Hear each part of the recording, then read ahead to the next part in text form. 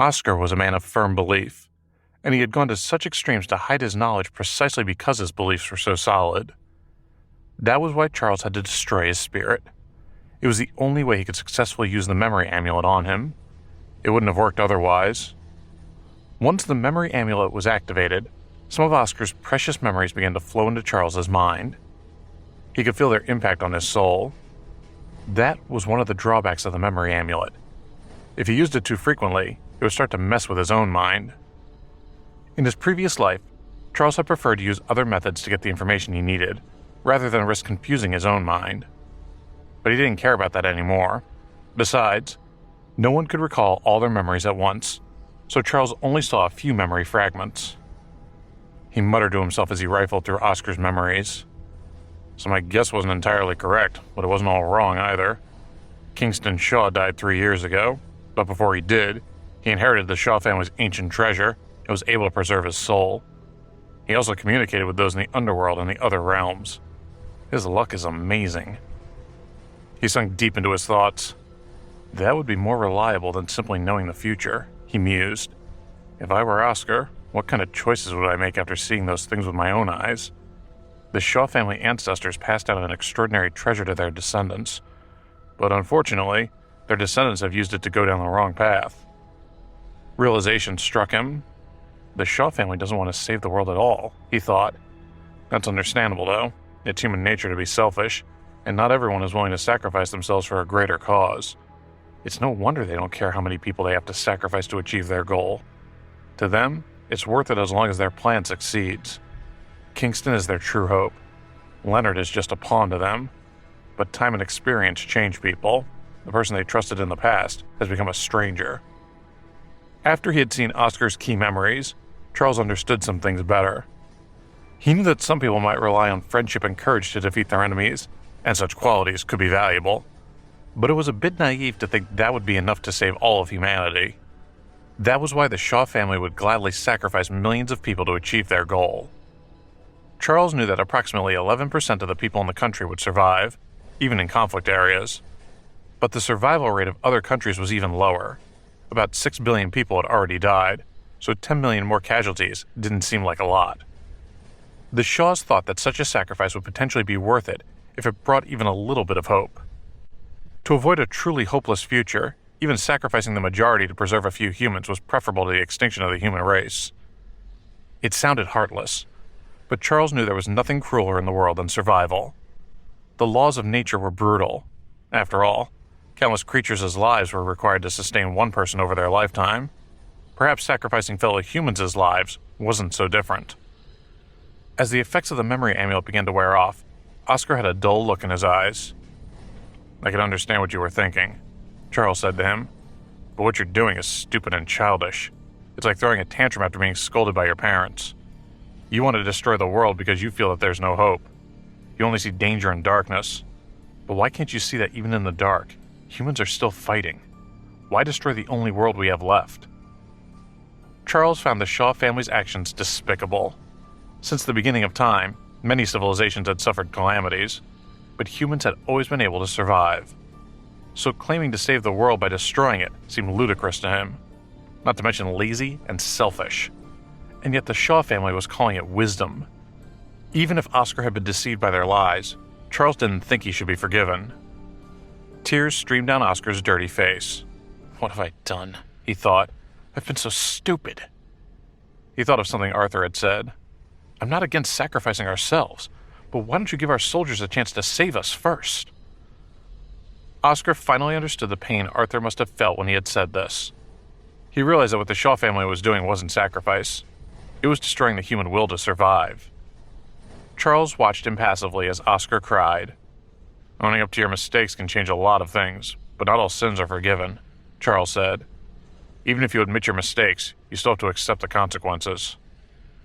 The Shaw family's crimes must be stopped and corrected, or else all the heroic people who sacrificed themselves will have done so for nothing. He didn't believe in giving people too many chances to fix their mistakes. If he offered forgiveness too readily, then he would be spitting in the faces of all the people who had died for the Shaw family's cause. In his previous life, 300,000 soldiers had died at their hands. That number was already close to 100,000 in this new life. These people were supposed to be heroes who had died for their country, but instead, they had died at the hands of their fellow soldiers. Charles had never thought of himself as a good person, nor a hero. Those who followed him often compromised their standards, but at least he wouldn't let down those who had sacrificed themselves. "Is it all true?" Oscar asked. "Is there really still hope for the country?" Charles nodded. "I didn't disclose everything, but what I said was the truth." "That's enough then." Oscar's hands were still tied, but he told Charles where he could find a brush in his pocket, and Charles pulled it out. "I can't ask for forgiveness for what I've done," Oscar said, "but at least I can help you stop what I've set in motion. This is what Kingston, inherited from the Shaw family treasure. I hope it can help you." After Charles's interrogation, Oscar was dead. Charles couldn't allow him to simply surrender like the others. He knew too much, and there was no way that he could be let go. Charles had changed in many ways since he had been reborn, but he still had his limits. Even though he had interfered with Leonard's plan, part of it was already in place. The only thing Charles could do at that point was to reduce the number of Death Legion soldiers Leonard had in his army. In addition to this, Charles was captivated by another thing he noticed. The Shaw family's treasure was also a bridge between the Divine Realm and the Underworld. Charles had an idea and went to find Lewis. He called out to him, "Get over here and attack me." "What are you talking about?" Lewis asked, looking confused. All of the other soldiers in the tent stopped what they were doing and turned around. "There's no time to explain," Charles said. "Hurry up and attack me, and don't hold back. I've survived being stabbed clean through my stomach by Leonard's spear, and I didn't suffer too much damage. When I faced the Hive Queen in the fortress, I lost my arm in battle, but I managed to regrow it on my own. I have exceptional healing abilities. Just trust me on this." Lewis looked at Charles doubtfully. "Are you sure?" he asked. "Yes, as long as you don't kill me, I can recover," Charles replied, smirking. "I'd be honored to fight with you if he doesn't want to," one level 5 paranormal responded with a smile.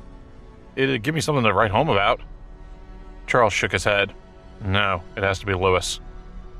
Lewis didn't know what was going on, but when he thought about Charles's powerful recovery ability, he reluctantly agreed to his request. An orb of flame and white lightning danced on his fingertips. Then he unleashed the full power of his new Impaling Light ability. He thrust out his palm, and a dazzling white light pierced Charles's abdomen. Charles fell to the ground, covering his bloody wound with his hands. His expression was calm and composed. "Are you all right?" Lewis asked, looking concerned. "I'm fine," Charles answered through gritted teeth. He applied his healing power to the wound, and everyone watched in shock as it quickly and cleanly healed in front of their eyes. "Why did you have me attack you just now?" Lewis asked. "I used all my power and I couldn't even put a scratch on you. Is there something wrong with me?" Charles handed him a red mirror that glowed with purple light. "This is for you," he said. "You're certainly strong, and you can put up a tough defense if needed, but there's a problem with the mirror I gave you before. You should give it back to me." Lewis took the Mirror of Heaven out of his pocket and handed it to Charles. "When Leonard attacked me, this mirror saved my life," he said. "What's wrong with it? Does it have anything to do with you wanting me to attack you?" "I'm not sure," Charles said, pausing for a moment. "I can't explain it, but this mirror is a bit strange. I need to do some more thinking and get back to you." With that, he dashed out. After arriving in a secret room, Charles took out the Celestial Tablet. In his past life, he had used the tablet's power to escape danger and establish a new survival base. But at the same time, he had lost an opportunity. There had been a total of 7 people who had received one powerful treasure each. Those people had been heroes of their respective regions, and they had plotted to get their hands on each other's treasures to add to their own power. However, they all had a common understanding that none of them could obtain another's treasure for themselves, especially the Celestial Tablet. Even though they had desperately wanted to acquire the other treasures as power, they hadn't acted on their urges for some reason. When Charles had finally become strong enough to obtain the Celestial Tablet and access the treasure it protected, he had been unable to take advantage of the opportunity since the other keys to the treasure had already been destroyed. As he contemplated his past, he gained a new understanding of the words carved on the tablet. Those people didn't necessarily want to be my enemies, Charles thought. The problem was they were restricted after obtaining their treasures, which prevented me from obtaining the full power of the Celestial Treasure. The Celestial Tablet has to be the most important of all the keys to the treasure. It rules over the other 7 objects and the people who hold them. That's why they were all acting so strangely back then. This suspicion was why he had wanted Lewis to attack him. He needed to know if Lewis had been affected by the Mirror of Heaven, one of the 7 key treasures he had found in his new life, before the others had had a chance to get their hands on them. Charles took out the brush that Oscar had given him. If I'm not mistaken, this brush is somehow connected to the Dominion Tablet, like the 7 treasures are connected to my Celestial Tablet. The Dominion Tablet was the Shaw family's treasure, and it was firmly in their possession at that moment. Charles knew that its appearance meant that the Poseidon Tablet had also appeared somewhere in the world, as it was linked with and had a special resonance with the Dominion Tablet and his Celestial Tablet.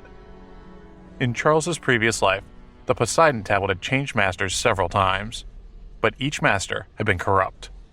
They had all been similar to Leonard in character, and had thought they could use the treasure to expand their power. After reflecting some more on the Poseidon Tablet's history, Charles remembered his old friend Archer Wells, and he started to second-guess the details of his death.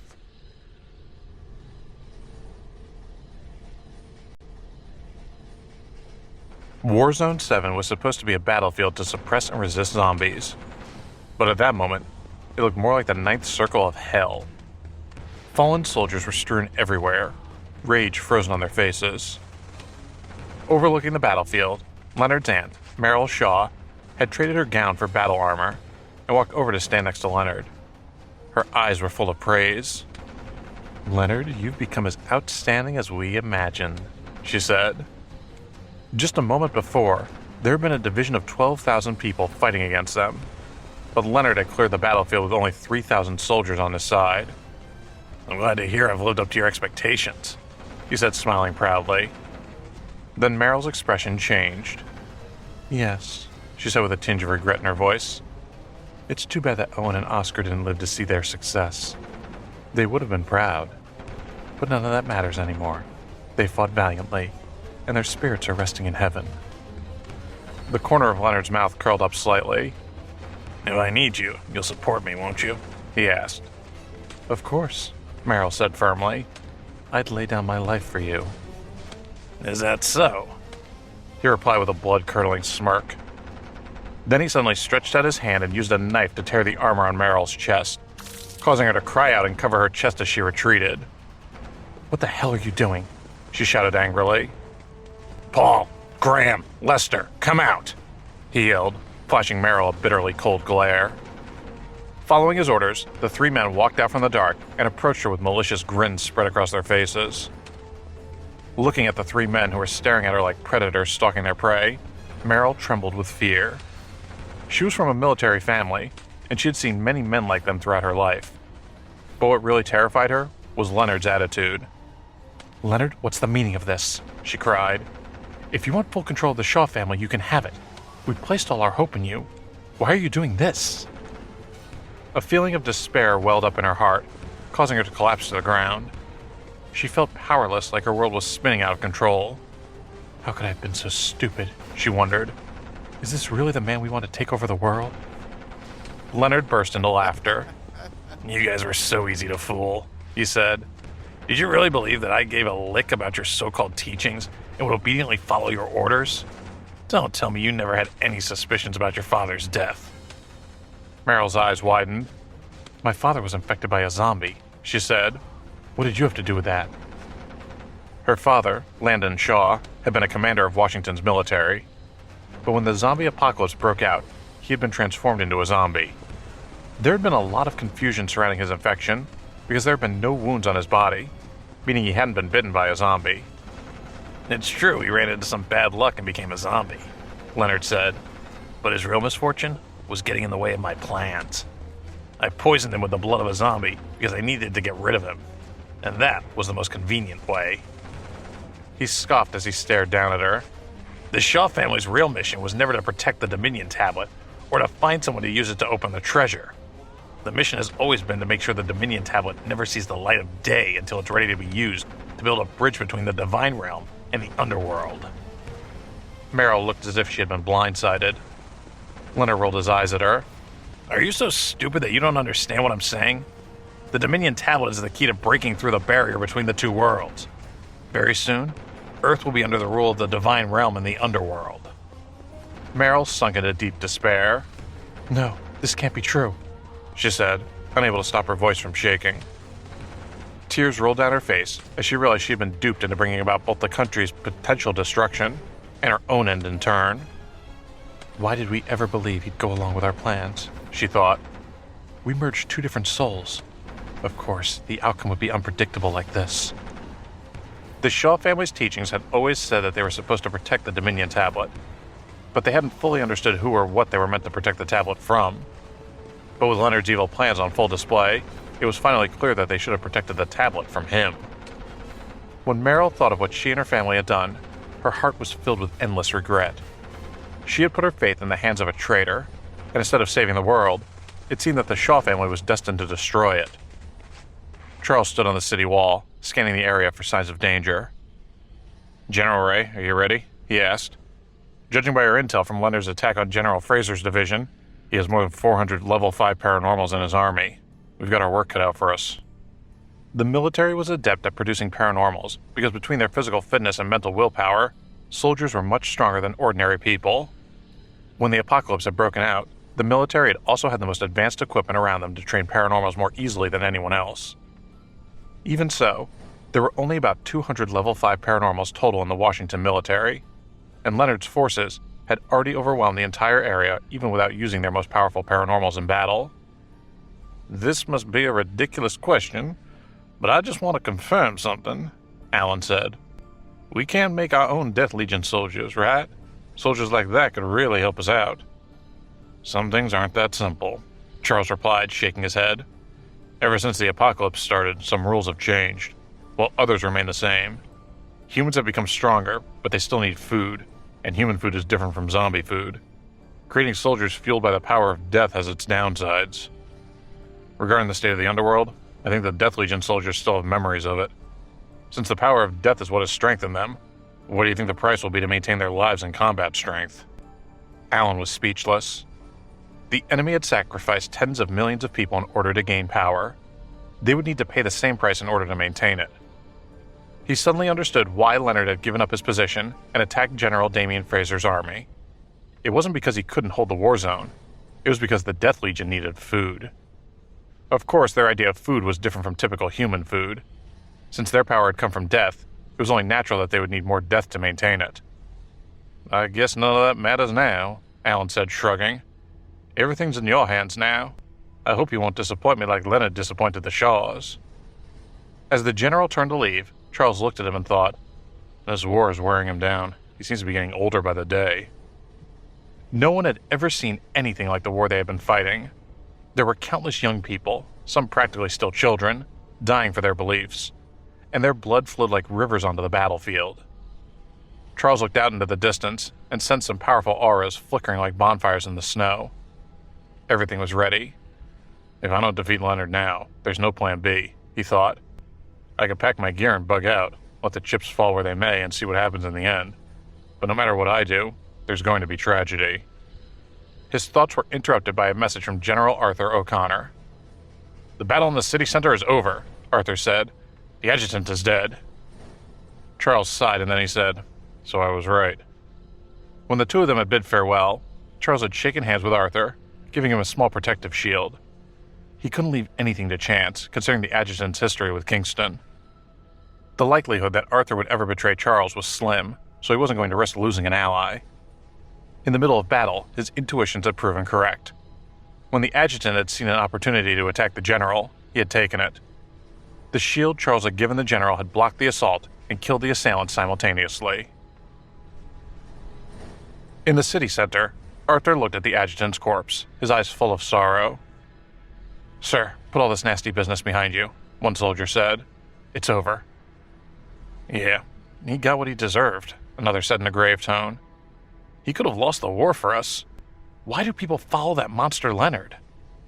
I can't believe we watched him grow up, another officer said. He seemed like such a good kid, and now this. First Leonard, now my adjutant, Arthur said in a melancholy tone. With all these people turning on us, the thought did occur to me that maybe we're the bad guys. No way. They're the traitors, the officer said. And in the end, they're all going to pay. No one cheered him on. Instead, the atmosphere became even more oppressive. Everyone's heart had been filled with pain when the war had started. However, they had no choice but to hide their pain and display their courage in front of others. "The United States is a nation full of disasters," Arthur said, pacing slowly. "Who knows how many this nation has experienced in its history, and how many more are yet to come." He squared his shoulders and turned to address the wounded soldiers. "We just won a battle, but it's not over yet. I can't guarantee the results of this war. We might be buried here, but we'll live on through our loved ones."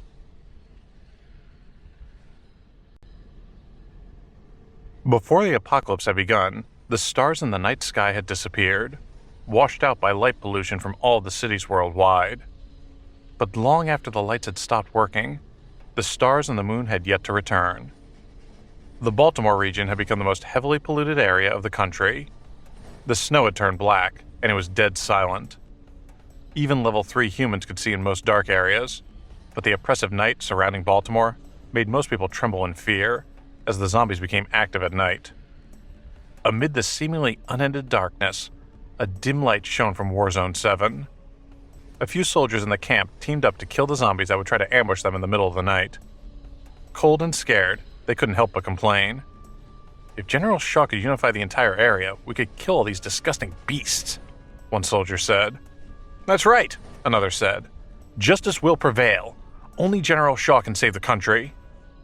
One officer waved his hand, motioning for the others to be quiet. "Everybody shut up," he said. "I hear movement up ahead." "What are you talking about?" the soldier replied. "I don't see anything."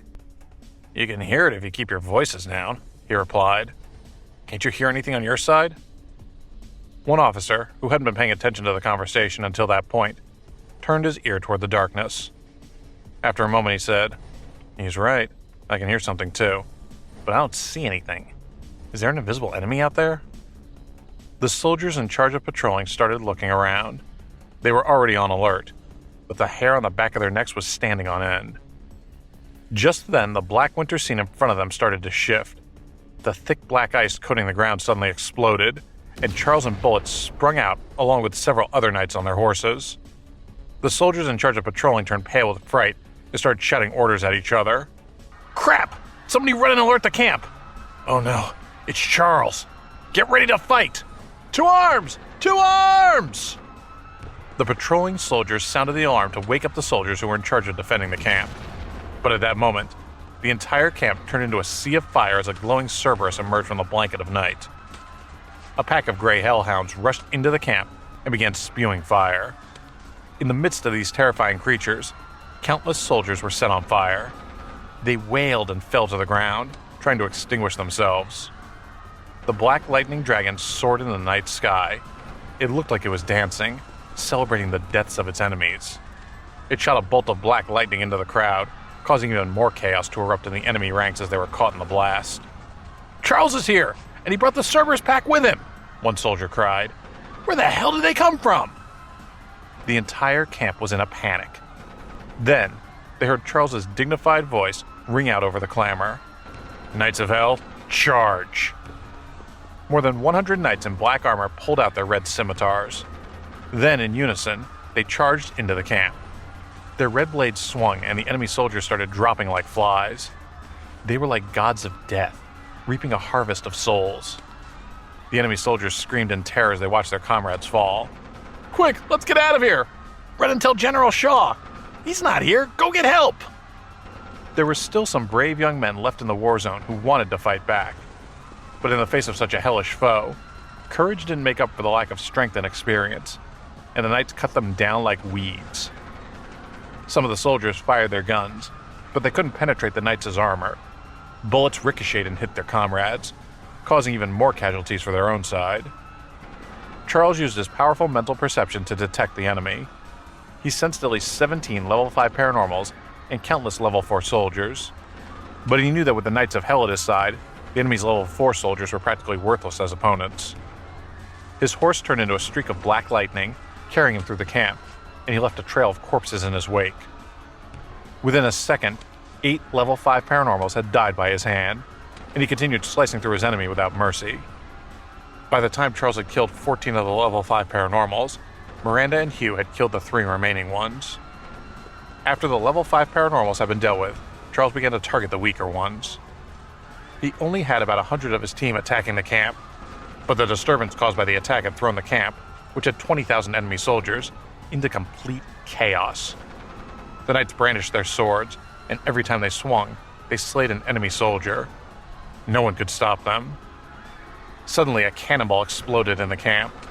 Then, one after another, more flaming cannonballs landed everywhere, sending fire and shrapnel in all directions. "Enemy attack!" a soldier shouted. "How come we didn't notice the enemy's movements?" "This isn't an enemy attack," another replied. "Those are our own cannonballs. It's the people on the other side. They plan to flatten this area. They're trying to kill us all." When they realized that the ones attacking them were their allies, the soldiers who had already fallen into panic fled. The hellish scene lasted for half an hour. Even Charles couldn't count how many people he had killed and how many paranormals he had refined into soul energy for his own use. But when he sensed a large amount of powerful energy approaching from the distance, he ordered, "Retreat." Upon receiving Charles's order to retreat from Warzone 7, the Knights of Hell ebbed away from the area like a tide. At that moment, the enemy soldiers in the Warzone finally had a chance to recover from the chaos. No one dared to pursue the Knights who had finally receded after their relentless onslaught. As the camp recovered, a group of reinforcements arrived. It was only 2,000 soldiers total, but they were led by Leonard. "You're all a bunch of useless trash," Leonard said, exasperated. 20,000 soldiers failed to defend the camp against 100 people. Was everybody sleeping? I should kill you all myself and be done with this pathetic excuse for an army. Paul tried to persuade him to see reason. "Sir, no matter how weak they are, we still need them," he said. "We can't just lose them for no reason. After all, if word gets out that we're killing our own men, recruiting won't be easy for us in the future. No one will want to fight for us." "Are you my teacher now?" Leonard said in a menacing tone. "I'm sorry, sir," Paul said. "I meant no disrespect. I'm just trying to look out for our army." At the same time, an officer in a scorched uniform approached Leonard. "General, our armory has been destroyed. Our food has been stolen or burned, and all the clean water is gone." Graham's mouth dropped open. "We didn't have much food to begin with," he said. "Now what are we supposed to do?" Food and water were a very important part of the war. If the enemy destroyed them, the blow to morale would be devastating. Despite this, Leonard didn't seem concerned. "What are you panicking about?" he asked. "Are we not able to find the enemy? Are you afraid there'll be no food left when we find them?" "Sir, the last time we defeated a division, the enemy burned all their own grain so we couldn't have it," Graham reminded him. "Even if we don't have any grain, we can't do anything about it," Leonard said coldly. "Don't we have any mutton?" "Sheep? Where would we get sheep from?" Graham thought. He opened his mouth to ask, but Lester cautioned him with his eyes, and he felt a piercing chill wash over him. In the black, snowy night, Charles helped the soldiers repair their defenses and let the mounted soldiers recover their steeds. Hugh's face was full of excitement. "We did some major damage to the supply chain," he said gleefully. The outright success of their attack against seemingly impossible odds was every knight's dream. In spite of the discomfort during the actual battle, everyone was still very proud to have achieved such a victory. "Don't get too happy just yet," Charles said. "Although we destroyed their supplies, it doesn't mean that they don't have food. They still have sheep." Tina smiled but didn't say anything. Sheep? How could they have sheep to eat? She thought. Hugh wanted to ask something, but he found the atmosphere had become uneasy. Miranda looked troubled. Would they really do that? She asked as she realized that there was a kind of sheep in the world that stood on 2 feet. Charles shook his head and said, "Don't underestimate Leonard's depravity. How much humanity can you expect a person to have when he's willing to use nuclear weapons to flatten a city of 10 million people? Everyone has had a little break, but we aren't done for tonight." As he spoke, he led the Knights of Hell into the night once again. The Hellhounds looked at each other and then followed them. After advancing for 20 minutes, they once again arrived at a small camp. "Kill them all," Charles shouted. The black lightning dragon descended from the sky and carried out an unbridled slaughter. Next came the Knights of Hell, roaring like a tsunami of steel at full speed toward the camp. The enemy camp was caught off guard, and the soldiers started screaming. "What kind of enemy attack is this? Run! We have to catch up with the main force!" The massacre only lasted a few minutes. Only a handful of survivors managed to escape. "Cerberus Pack, burn all the corpses," Charles ordered. Within minutes, Hellfire torched the place, leaving only a pile of ashes and rubble. Charles turned to the knights again as he said, "Follow me." Ignoring the few people who had managed to get away, he proceeded to his next target. No one knew how he was choosing the targets. They simply did as they were told and went where they were led. They spent the entire night marching across the terrain, ambushing 5 camps in total. Each time, they appeared at the weakest spot of the enemy's defenses and successfully launched a sneak attack.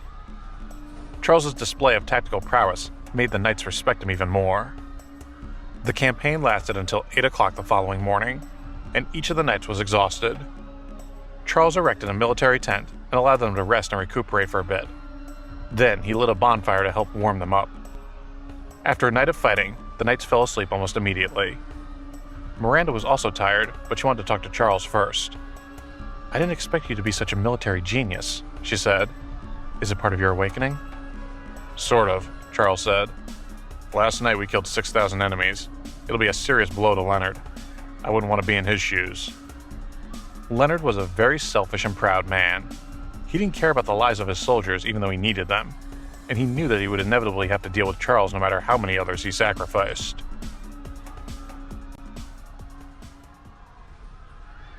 Leonard continued his pursuit of Charles's army. The night before, Charles had ambushed many of Leonard's soldiers, with only 20,000 of them surviving. At that stage of the war, it had become clear that the winning side would be the one that could best predict the enemy's movements. When Leonard and his men arrived at Warzone 6, they were disappointed to find it empty. The Allied troops had already retreated. However, they hadn't been able to hide their tracks in the snow, so Leonard was easily able to follow them. Finally, they caught up with Alan's army. However, just as Leonard was about to give the order to attack, a soldier on horseback and dressed head to toe in dark iron armor appeared behind them. The Knights of Hell had only had 4 hours of sleep, but that had been sufficient to recover most of their strength and chase after Leonard at high speed. After all, their recovery ability was much more efficient than that of ordinary people. Although they had been very tired the night before, 4 hours of sleep had been enough to restore most of their energy. When Leonard saw Charles had arrived behind them, he ordered his soldiers to halt. Charles's reason for appearing at the rear of the army was very obvious. He was sending the message that while Leonard might have the boldness and confidence to attack from the front, Charles had the strategy and stealth required to sneak up from behind. "I didn't expect you to catch up so quickly," Leonard said, scowling. "I admit I underestimated you. You're the most difficult enemy I've ever encountered. It makes me wonder, with both of our powers combined, what might we accomplish? So what do you say? How about we cooperate?" He was eager to stall Charles any way he could, knowing that the rest of his army wouldn't have a chance to catch up to Charles to pose any real threat.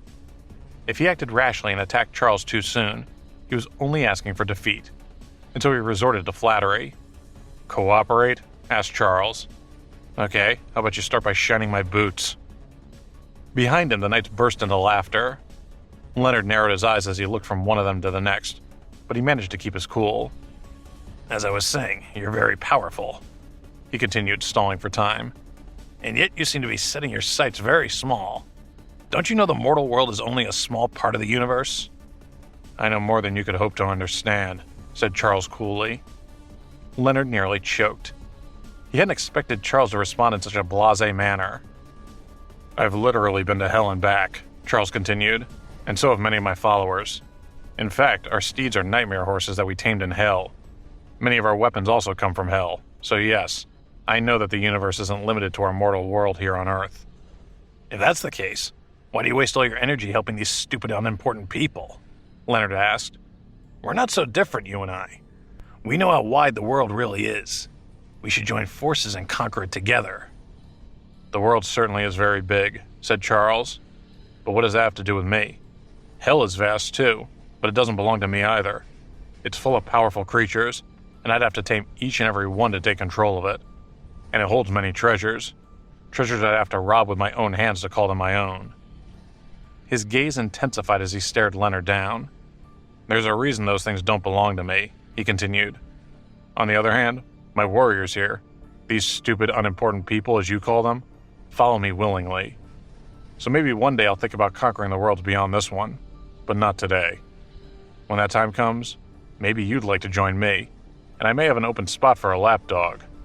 I think you'd be an excellent fit for the job, considering the way you've acted up to now." The knights whooped in amusement. "I don't think you want to be our leader's dog, Leonard. He'll have you playing fetch from morning until night. Roll over, little dog." Charles's speech hadn't only emboldened his knights, it had also left Leonard humiliated. His face was red with shame and anger. "Clearly we see things differently," he said at last. "In that case, I have nothing more to say to you. But answer me this. Are you really so sure you can predict the movement of my troops?" After the previous night's battle, it was no secret that Charles was more than capable of predicting Leonard's movements. That had terrified Leonard, as it would any military commander. It was a commander's darkest nightmare to be up against an opponent that could predict their every movement. However, Leonard had to remind himself that Charles must have partly been aided in his predictions, simply because Leonard's forces had left tracks in the snow. Leonard thought that if he divided his army, there was a possibility he would be able to throw Charles off the scent by obscuring their tracks. Still, he knew he would have to confront Charles's terrifying cavalry sooner or later. "I'm not sure I can defeat you just yet," Charles said. "But as long as you use your forces to attack others, you can be sure I won't rest until I've defeated you." As he spoke, he led Bullet in a trot back and forth in front of the formation. "Of course you can wait until we're at full strength, or you can try to kill me now, like you've tried many times before." Leonard kept his gaze locked on Charles. Although he was deeply ashamed, he managed not to show it. "Of course I can't attack you now," he said. "But, I've worked out a way in which we're very different.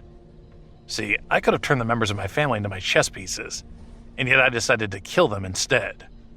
But just because I've taken out some of my own pieces, doesn't mean I don't know how to play the game." Charles kept silent as Leonard continued. "And not only do I know how to play, I'm stronger than you. With my family out of the picture, nothing can hurt me now. However, you're different. You have your friends and loved ones at your side fighting for you. It means you have something to lose." Then he turned to his troops and said, "Enough of this small talk. We have no reason to stay in Baltimore anymore. Prepare to return to Washington." "That scoundrel," cursed Allen, arriving at Charles's side soon after Leonard had left. He had almost given the order to kill Leonard when he had seen him lead the enemy army away. However, the others around him had cautioned against it. Leonard's meaning had been very clear. He had accepted that he was unable to win in Baltimore, so it made the most sense to return to his familiar grounds in Washington. If Charles was so concerned about stopping him, he could simply follow him. Otherwise, Leonard might well conquer the 3 million survivors back in the capital, not to mention the 2 million in the nearby survival base. "Don't worry," said Charles. "We'll get him soon enough.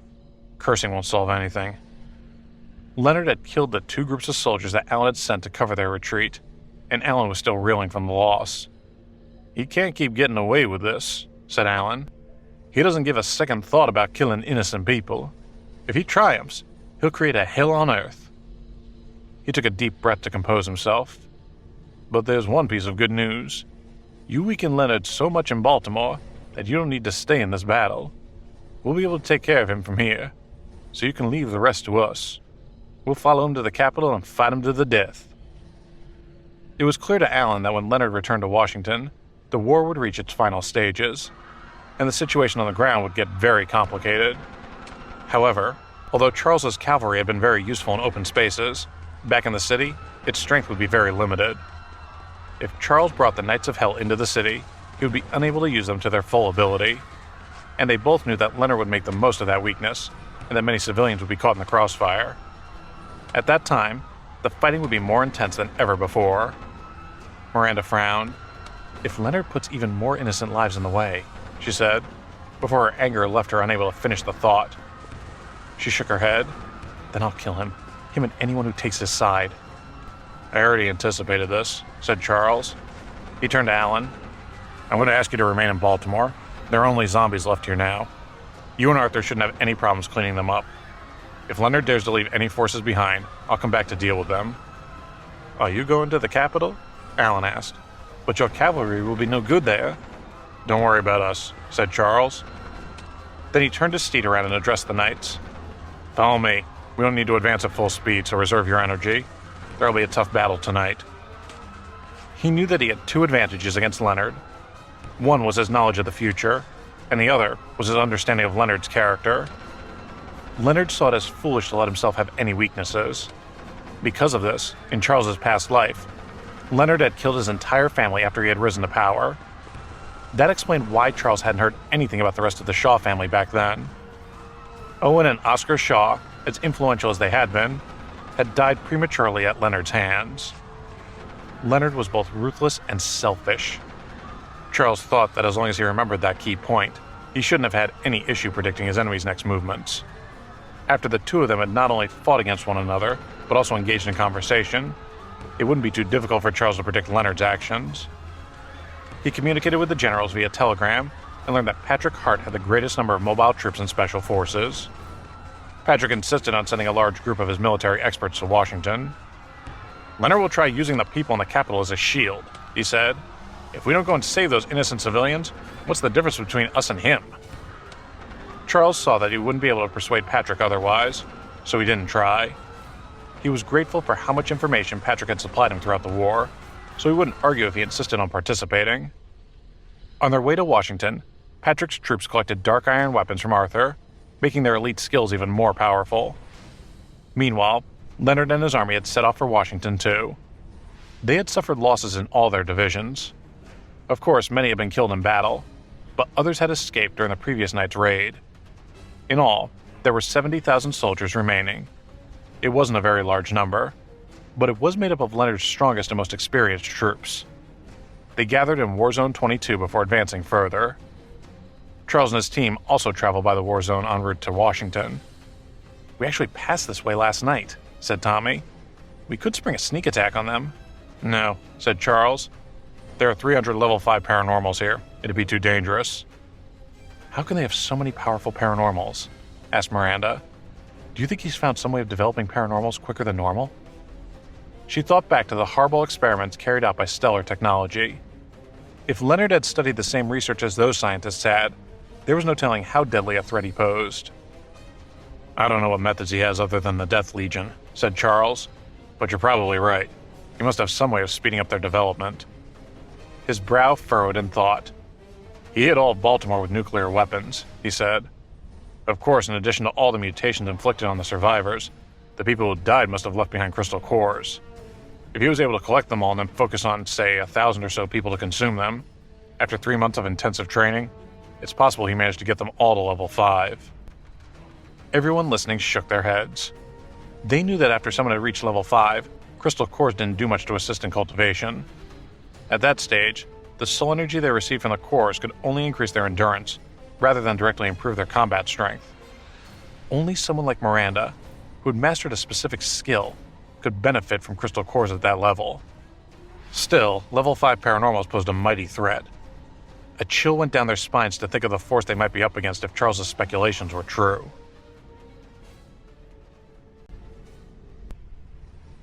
Leonard's troops had arrived at the arcane wall in War Zone 23. He looked up at it and sighed. "If only Charles would just surrender and join my side," he said. "I'd keep him as an errand boy and finally have a use for him." He turned to one of his subordinates, a man named Paul. "Half of Montreal's elite troops have been sent to the front," he said. "The other half are still here, behind that wall. It's time we took them out." Paul looked worried. "But, sir," he said. "What?" asked Leonard. "You worried about the cavalry coming up behind us? Do you really think I can't deal with some weaklings on horses?" "We clearly don't have your intelligence, sir," said Paul. "We'll do whatever you say." Leonard called Graham and Lester, two of his other subordinates, to join them. "Yes, sir," the three men said in unison. "I order each of you to lead a group of soldiers into War Zone 23 and kill everyone within half an hour," he said. "Leave no one alive." "Yes, sir," they shouted again. They each gathered troops for their separate divisions, and then they prepared to break through the arcane wall into the war zone. Meanwhile, Leonard led his own group of men to reorganize the formation to face the rear, where he could already make out Charles's cavalry in the distance. He could see Charles at its head, astride his nightmare horse. "Charles, you promised me you'd never stop fighting me as long as I attacked others," Leonard thought. "Well, I hope you're ready to fight me now, because I'm about to attack your people in War Zone 23. He had considered attacking Allen's troops, but he knew that Allen wasn't very important to Charles. He wanted to attack a group that he could be sure Charles would rush to defend. That was why he had settled on War Zone 23.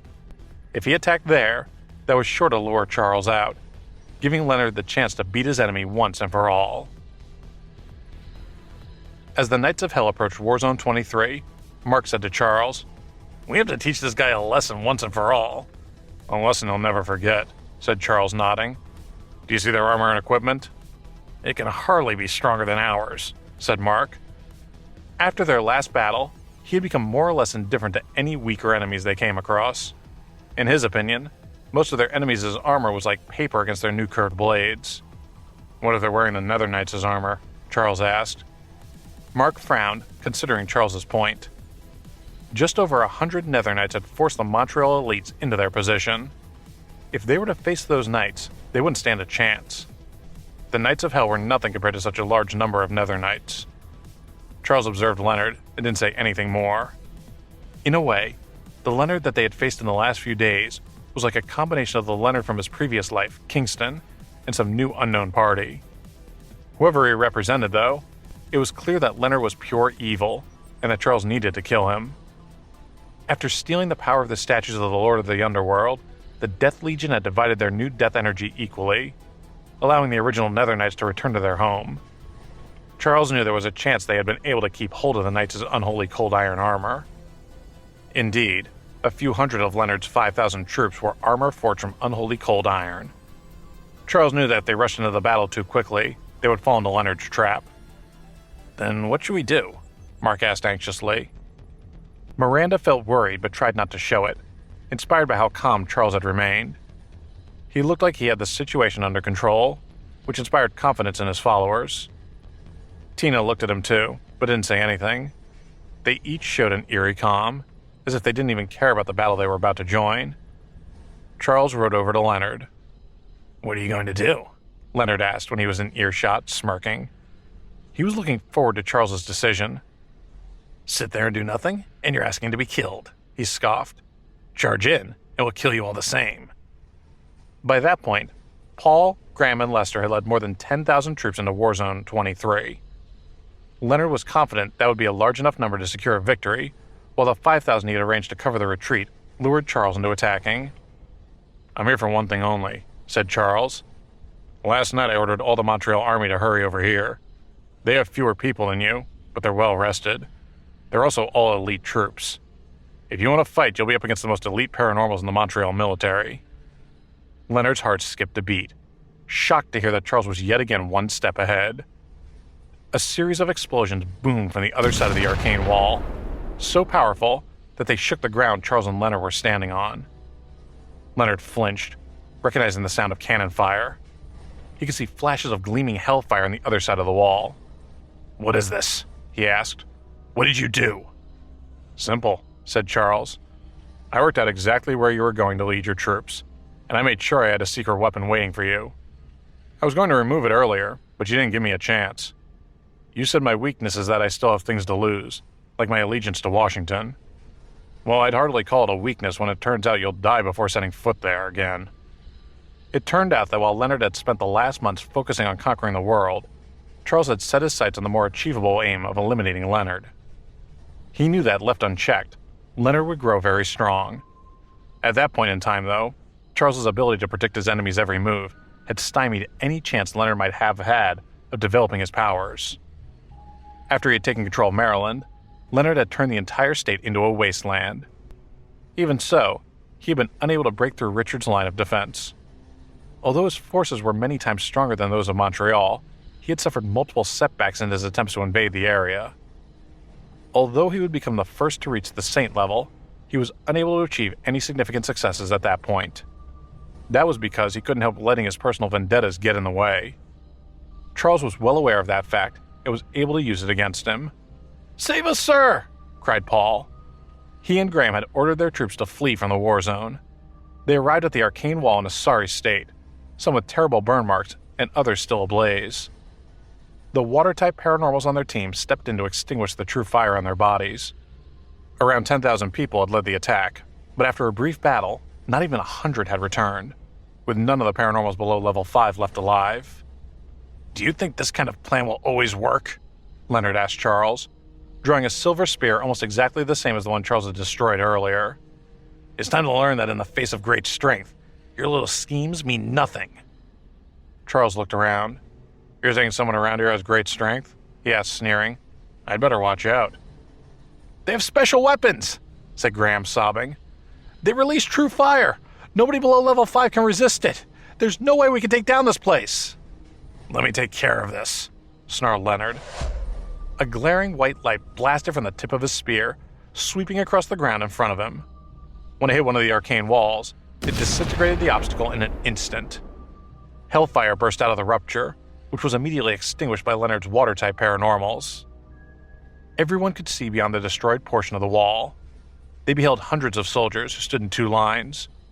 Those in the front row squatted, ready to shoot, while those behind shot over them with strange weapons made of dark iron. What are they? Asked Leonard. They look like handguns. He narrowed his eyes. But they're shooting true fire. What's going on here? Charles smiled, amused by Leonard's shock. The soldiers' weapons were modeled on the first ever gunpowder weapons. Each was comprised of a long barrel with a blade on the end like a bayonet. Of course, the original design hadn't been used in a battlefield for hundreds of years, but Charles had tailored it to a new purpose: to emit true fire. They were dark iron fire spears, Charles's secret weapon.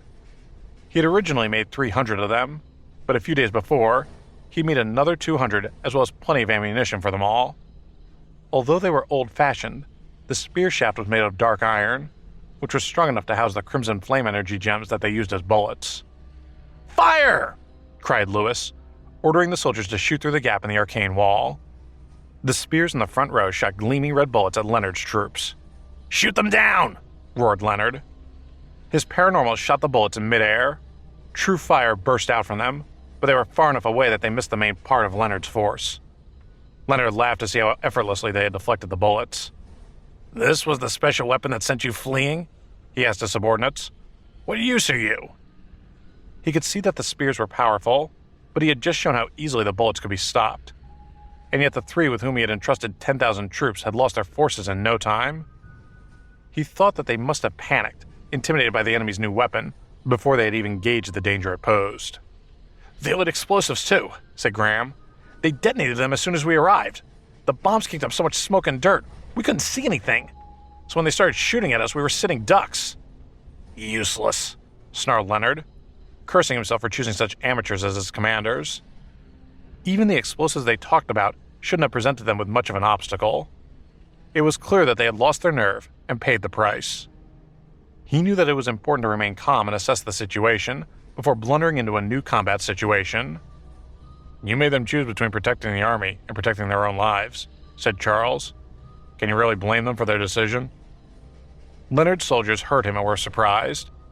They hadn't thought a military leader would be capable of such understanding. It's your turn to choose now, Charles continued. You can order your army to spread out in every direction, but mark my words, whichever direction you take, I will hunt you down. However, if you sacrifice yourself to protect your army, the others will be safe. Choose to be selfish and make a stand with your Death Legion, and I'll kill you all. Leonard laughed. You really think we're entering into negotiations here? He asked. My choice is much simpler. No matter who gets in my way, I'll crush them. Your schemes will come to nothing. It doesn't matter what you throw at me. I'll still win.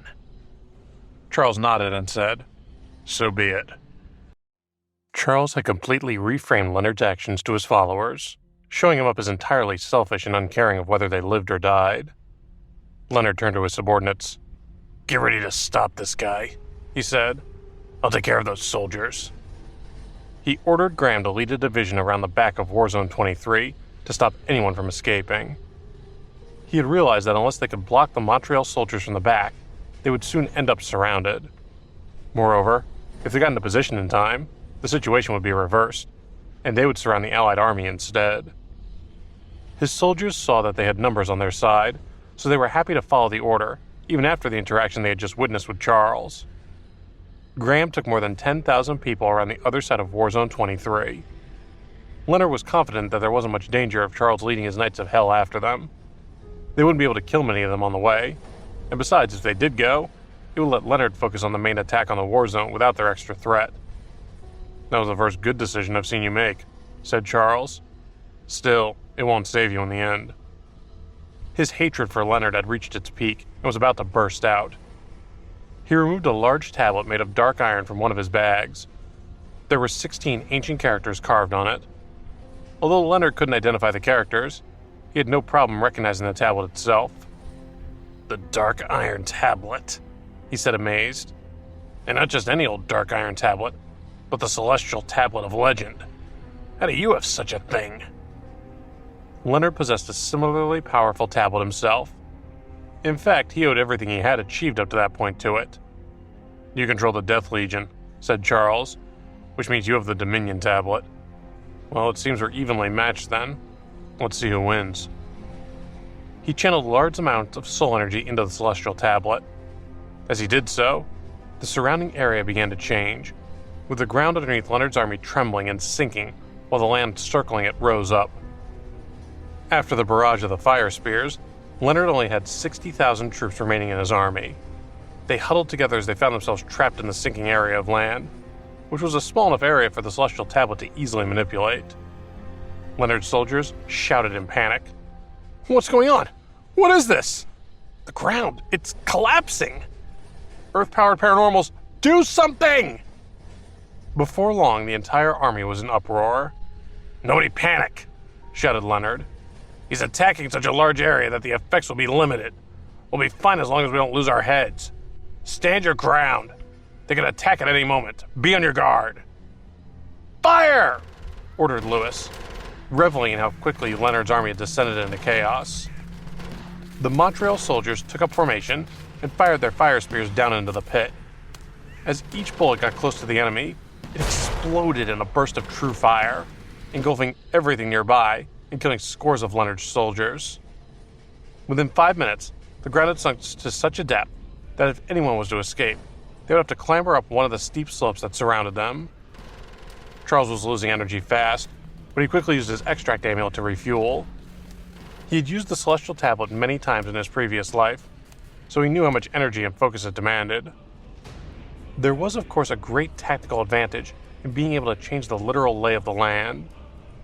He had used the tablet before to build a structure allowing countless people to escape one of the survival bases. However, although the tablet gave the user great power against external enemies, it couldn't help against the betrayal of one's own people. "That power should be mine!" screamed Leonard, staring up at the tablet in Charles's hands with wide, frenzied eyes. "If I could combine the celestial tablet, which changes the terrain, with my Dominion tablet, which can control living things, nobody could stop me," he thought. "The world would be mine in an instant."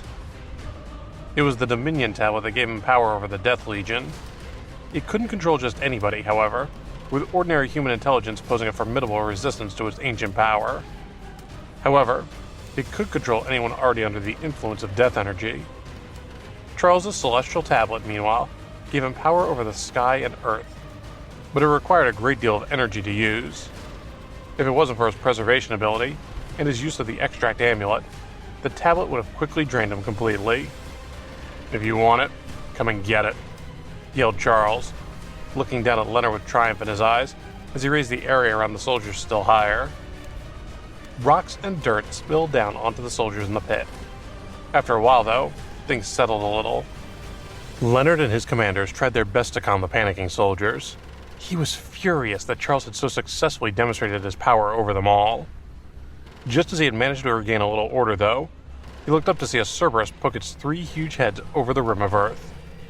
The heads on each side began to spit out gusts of wind, while black flames appeared from the mouth of the one in the middle. Leonard turned pale with fright. "Impossible," he gasped. "This can't be happening." At one point, the Cerberus would have struggled to fight a creature as powerful as the Black Lightning Dragon. Although it had always been strong, it hadn't quite reached level 7. However, it had finally reached that level after it had recovered some of its bloodline power. It was able to use its full force when fighting in Hell, but on Earth, it had to suppress some of its strength. Still, ever since Charles had helped to break some of the Hellhound curse, it found that it was able to travel to Earth and act almost as a cannon, with unlimited firepower for Charles's army. If it was able to stay on Earth until the end of the battle, it was sure to deliver a fatal blow to Leonard's army.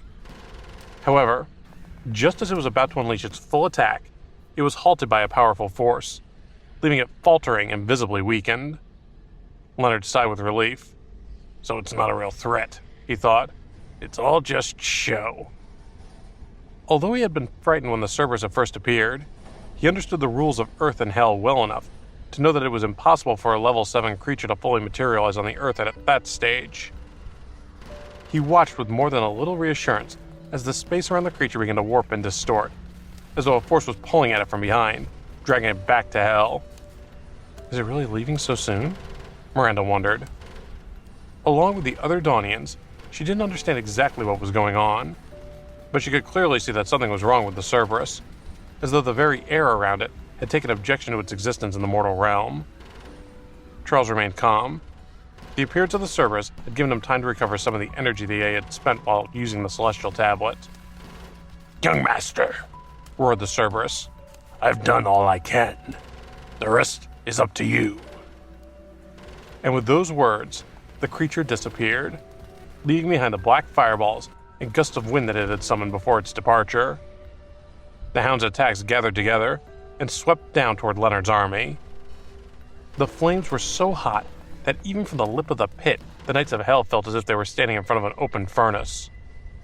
When the fire passed by them, they were relieved by the cooling of the air. "Water types!" shouted Leonard. "Hurry up and attack!" Hundreds of his water-powered paranormals stepped forward, releasing snow and ice attacks at the fireballs, trying to extinguish the fire in midair.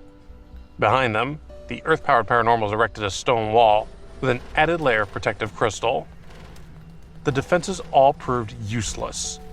The Cerberus's fire attacks were made of true hellfire, which was so hot and powerful that not even true ice could extinguish it. Meanwhile, the fire was under the protection of the astral winds of hell, which further protected it from the attacks of Leonard's paranormals. The winds quickly broke apart the ice, snow, and stone defenses, making way for the fire to directly hit the crowd. Leonard's soldiers screamed in despair before breaking rank and trying to escape. However, it was too late for them. The fire erupted in the middle of the army with a deafening boom. Terrifying waves of blisteringly hot air swept out in all directions, turning everything within its blast zone into ashes. Even the ground beneath the soldiers' feet was scorched, melting in parts into lava. The soldiers in the center of the explosion didn't even have the chance to scream before they were caught in the flames and turned to ashes, while those on the outside of the main force screamed in fear. Even some of the soldiers outside of the main explosion were killed by the unbearable heat. After the attack was over, tens of thousands of soldiers had perished. Meanwhile, the paranormals that had escaped the main blast worked hard to circulate their soul energy to try to protect against the oppressive heat. However, it took so much energy that they were losing power fast. The severe damage that the Cerberus inflicted on the trapped army would become so notorious that it would change the battle strategies of the new era. Charles's use of the Celestial Tablet had shown the dangers of concentrating a large group of soldiers in one area. He had shown how easily such a force could be trapped and taken out. From that point on, generals would focus on smaller, more mobile groups of forces. The air was full of the screams of Leonard's soldiers, and Leonard was also panicking. "How'd Charles manage this?" he wondered. "How does he thwart me at every step?" Not only had Charles predicted every one of his movements, but at no point had Leonard been able to predict any of Charles's. Indeed, that blindness was what had landed him in such a mess. "I've sacrificed so much," he thought, "and yet again and again he beats me down. Where did his power come from? And why don't I have it? I'll kill you, Charles!" he screamed up at his adversary, his eyes blazing with jealousy and anger. Then he turned to his commanders. "All of you, go! Paul, Graham, lead your men out of here. Swing around and attack them from behind. Don't be afraid of those outdated guns of theirs. Kill them all in Warzone 23. "But there's no way out," protested Lester. "We can't see in any direction. All we can do is fight blindly and hope we somehow hit upon a way out." "Then do that!" screamed Leonard. "Fight blind, fight to the death. I don't care. Just find a way out of here." His soldiers charged toward the outer perimeter with all their might. They split into 3 groups, and their desperation made them so strong and fearless that they managed to break out of their trap. Once they had found a way out, Lester led a group of men to the Montreal army, braving the rain of bullets being fired at them. They had to kill the soldiers with the dark iron fire spears, otherwise they would simply keep on firing and eventually take out all of Leonard's army. "You really think you can escape?" shouted Charles. "There is no escape. This is where you die." He raised his left palm, igniting a fireball in it. Several extract amulets emerged from the flames and floated out in all directions. The greatest advantage of extract amulets was that as long as the caster had enough soul energy, the amulets would remain strong and effective. Charles's accumulation of energy over the past few months had put him in good stead for the battle against Leonard. In fact, he felt that that battle was exactly what the past months had been preparing him for. The extract amulets drifted down into the pit. Where each one made contact with the ground, it cracked open, sending soldiers tumbling into the hole. "Is this the only trick you know?" asked Leonard. But then, lava seeped up from the cracks on the ground and surged toward the soldiers, who sprinted away or were caught in it and left to struggle before dying in terrible pain. Before long, he was surrounded by the bodies of soldiers that had been killed in the lava.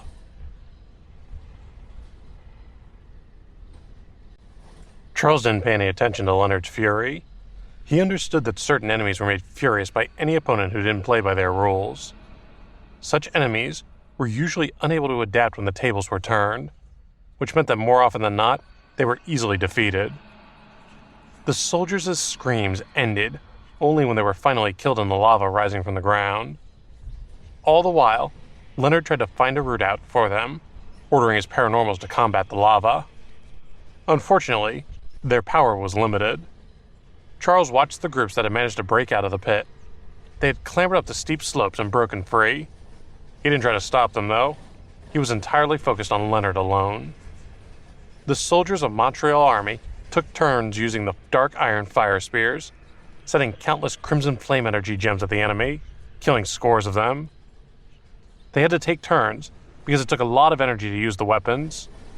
In fact, a large part of the weapons' power came from the soul energy in the soldiers' bodies. Most of Graham's troops had lost their lives in the true hellfire, and many of those who had managed to escape from the pit were soon killed by the Montreal soldiers, of which there were close to 1,000. Graham's troops couldn't even break through their first line of defense. The Montreal soldiers had the tactical advantage of the upper ground, so they didn't have any problems taking out Graham's division. The best that his soldiers could do was to buy time for the rest of Leonard's army. "Don't worry about me," said Leonard to Paul and Lester. "Go and take down War Zone 23 first. That'll give us an advantage. Then circle back here." He knew that Charles didn't want to fight him face to face, so thought it a better idea to attack an area that he would have no choice but to go and defend. He thought that if Graham's forces could keep the Montreal army occupied for a little while longer, the other divisions would have a chance to arrive at the rear of the Montreal army in time to turn the tide of the battle. With the plan in place, Leonard threw all his strength into resisting the power of the lava, while Paul and Lester led their men around the back of the Montreal army. Just as their paranormals were beginning to build a bridge to send a large number of soldiers behind the arcane wall, a scream came from the other side of the wall. Under a third of Paul's army had made its way over the wall, a force of 3,000 to 4,000. Just as they had turned to aid the other soldiers behind them, a group of Allied army troops had burst out of the snow beneath them, attacking them with dark iron swords. The ambushing soldiers were the elite Allied troops under the command of Arthur and Patrick. Patrick was in charge of Washington's Special Forces, in which there were many military experts. Even though many of his scouts didn't have superpowers, they had a great deal of combat strength, and, armed with their dark iron swords, they posed a formidable force. They had been lying in ambush for several hours, waiting to unleash their sneak attack. Leonard's forces screamed, "Another ambush! Damn you, Charles!" The 3,000 to 4,000 troops who had already crossed the arcane wall were instantly killed by Arthur and Patrick's elite troops, and the bridge was also destroyed. Although it could be rebuilt, it was clear that that would be useless. With that, their plan to conquer War Zone 23 came to an abrupt end. Paul's heart trembled as he heard the miserable screams of the soldiers on the other side of the arcane wall. With quaking hands and a shaking voice, he radioed Leonard to tell him the news. Fortunately, though, Lester's side didn't encounter a similar ambush, and had managed to secure a firm foothold on the other side. "An ambush?" thought Leonard. Did Charles have troops lying in wait this whole time? Once again, he was terrified to consider how well Charles had predicted his every move. He'd been so sure that killing off his family members would solve his problems.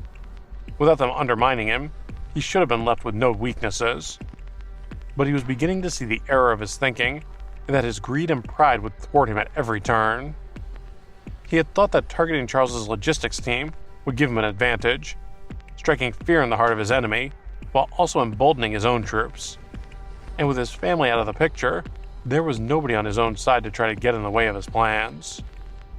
Charles, on the other hand, had seen Leonard's attack for the desperate plan it really was. Not only was it desperate, Leonard was so set in his selfish ways that its failure was also inevitable.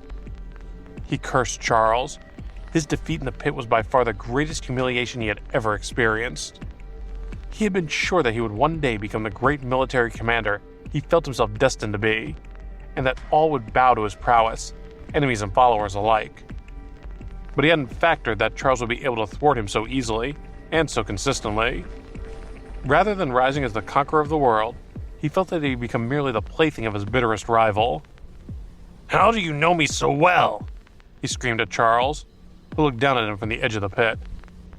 Then he took a deep breath to calm himself. "I chose to attack this place on a whim. How did you figure out I would do that?" He realized that a good strategist wouldn't have made the decision to attack Charles's forces in such an unwise place. In fact, it was the foolishness of the plan that made Charles's ability to predict it even more exasperating. He knew he should have followed his original plan to return to Washington, as he had announced. Somehow, Charles had thought to set some troops in ambush at Warzone 23 before Leonard had changed his plan. It was as though Charles knew him better than he knew himself. "That's a very good question," said Charles, "and it has a very, very long answer." His calm exterior frightened Leonard, which suggested that he knew that victory was in reach. If he was prepared for this, he must have even more preparations in store, Leonard thought. If he knew to set up an ambush here, what's to say he hasn't left others anywhere I try to go? "Get ready," Leonard shouted to his soldiers. "Follow me and break out of this trap." He no longer cared about the lava, flames, or gunfire erupting all around them. "We have to break free and escape to Washington. It's our only way out. If we can't leave this place, it'll be our graveyard." His speech emboldened his soldiers. He could see it in their eyes. They had become focused and determined. They understood the same thing as him, that the only means of escape was to fight their way out. With his Dominion tablet, Leonard had almost total control over the members of the Death Legion. However, those soldiers had been loyal to him even before he had turned them into the Death Legion. The Dominion tablet only strengthened his sway over them. For example, Oscar had been completely dedicated to him. He had believed wholeheartedly in Leonard, or rather, in Kingston, and he had shown how true his dedication was due to the influence of the Brush. If he hadn't already believed in Leonard, the Brush wouldn't have been able to control him. Leonard had come to learn that there were few forces stronger than the human will, and so he was not surprised that, even after Charles had so effectively annihilated so many of his troops, his surviving soldiers still looked fearless. Charles swapped out his longsword for his Crimson Flame sword before turning to the soldiers at his side. "Charge with me," he called, spurring on Bullet and galloping ahead. The Knights of Hell followed closely behind, moving as a single powerful unit, while the Black Lightning Dragon wheeled and danced up above, giving them protection. Rather than rushing directly down at Leonard, Charles galloped around the pit, reaching the other side in time to meet the soldiers who were trying to escape from that direction. He hollered at Bullet and charged straight at the fleeing soldiers, the knights at his tail. They all raised their blades in the air. Each knight had used bandages to bind their weapon to one of their hands, so that the swords were almost like extensions of their own bodies. They rode with such ease down the slope that they appeared to be riding on flat ground. "Damn you!" shouted Leonard, furious that they were charging just as he and his soldiers were about to break free. He couldn't control both sides of the army at once. "Keep trying to escape," he called at his soldiers, deciding to give up on the rear and focus on getting out. The price of his betrayal was that the knights cut through the abandoned rear, taking out hundreds of panicking and desperate soldiers. However, that was only the beginning. After dealing with those soldiers, the knights turned their horses around to pass back and take out any soldiers who had broken loose from the main army. Their scarlet flame blades were like scythes reaping corn, their blades alight with flames. By that point, their victims were almost completely out of energy and could do nothing to defend themselves. Meanwhile, Charles and the Black Lightning Dragon focused on the experts in Leonard's army. Anyone who tried to halt Charles's advance was cut down or burned to a crisp. All the while, Charles consumed one extract amulet after another to keep up his strength and replenish his energy, which ensured that his attacks didn't weaken at any point. He charged through Leonard's soldiers, his hands red with blood and his eyes cold and distant. He had been responsible for a similar scale of massacre in his previous life, but back then, he had killed alone, with no trusted teammates fighting at his side. After charging back and forth 7 times, he raised his crimson flamed sword and called, "Knights of Hell, turn back." They wheeled around. Their eyes had the same frenzied look as when they had decimated the zombie hordes, but they had sufficient discipline that there was no danger of losing themselves to their bloodlust. Any members who might have been at risk of losing their minds had been eliminated long ago. Leonard had led his remaining troops to the edge of the basin. It was clear that charging against Charles would be asking for defeat. In the last charges Charles had led, Leonard had lost more than 2,000 soldiers. At that moment, though, he heard some cheers from the head of his soldiers. "They're finally out," he thought. And it was true. His soldiers had finally broken out of the pit. As soon as they were back on level ground, they collapsed onto the earth, gasping for breath, not sparing a thought for whether they appeared weak or pathetic. They were all at a good level of fitness, which was why they had managed to escape at all. But the time spent down in the pit fearing for their lives and surrounded by fire and lava had left them scarred and spent. Down there, each inhalation had felt like sucking scorching flames into their lungs. They were relieved to have broken free and to be able to breathe with ease. It gave them a chance to calm their bodies and their soul energy. Leonard looked back at Charles's troops with irritation. Yet again, he cursed how Charles had managed to disrupt all of his plans. He had finally gathered some troops under his banner, and yet Charles had succeeded in destroying them and stripping any prestige he might have had as a great commander. His only consolation was that Charles didn't seem set on pursuing him. His relief was short-lived, however, when he noticed the direction Charles was leading his knights instead. "Oh no," Leonard thought. "Graham." Although Charles had given up attacking Leonard's legion for the time being, he hadn't given up on the fight altogether. He had simply changed his attention to Graham's remaining soldiers.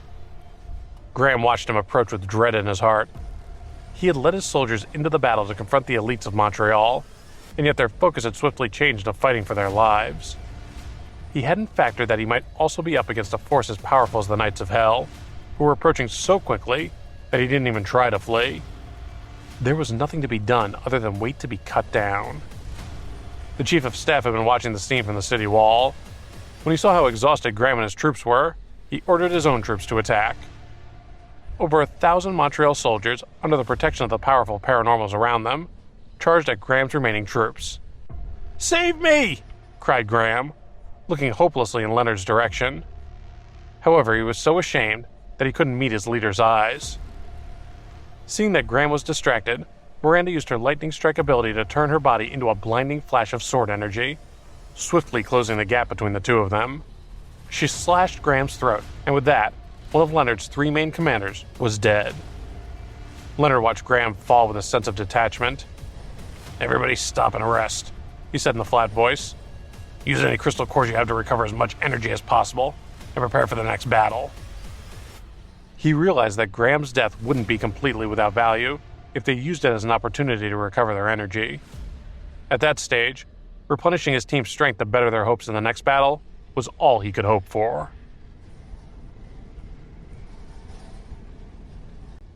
Leonard looked around at the fallen soldiers on all sides, his heart broken.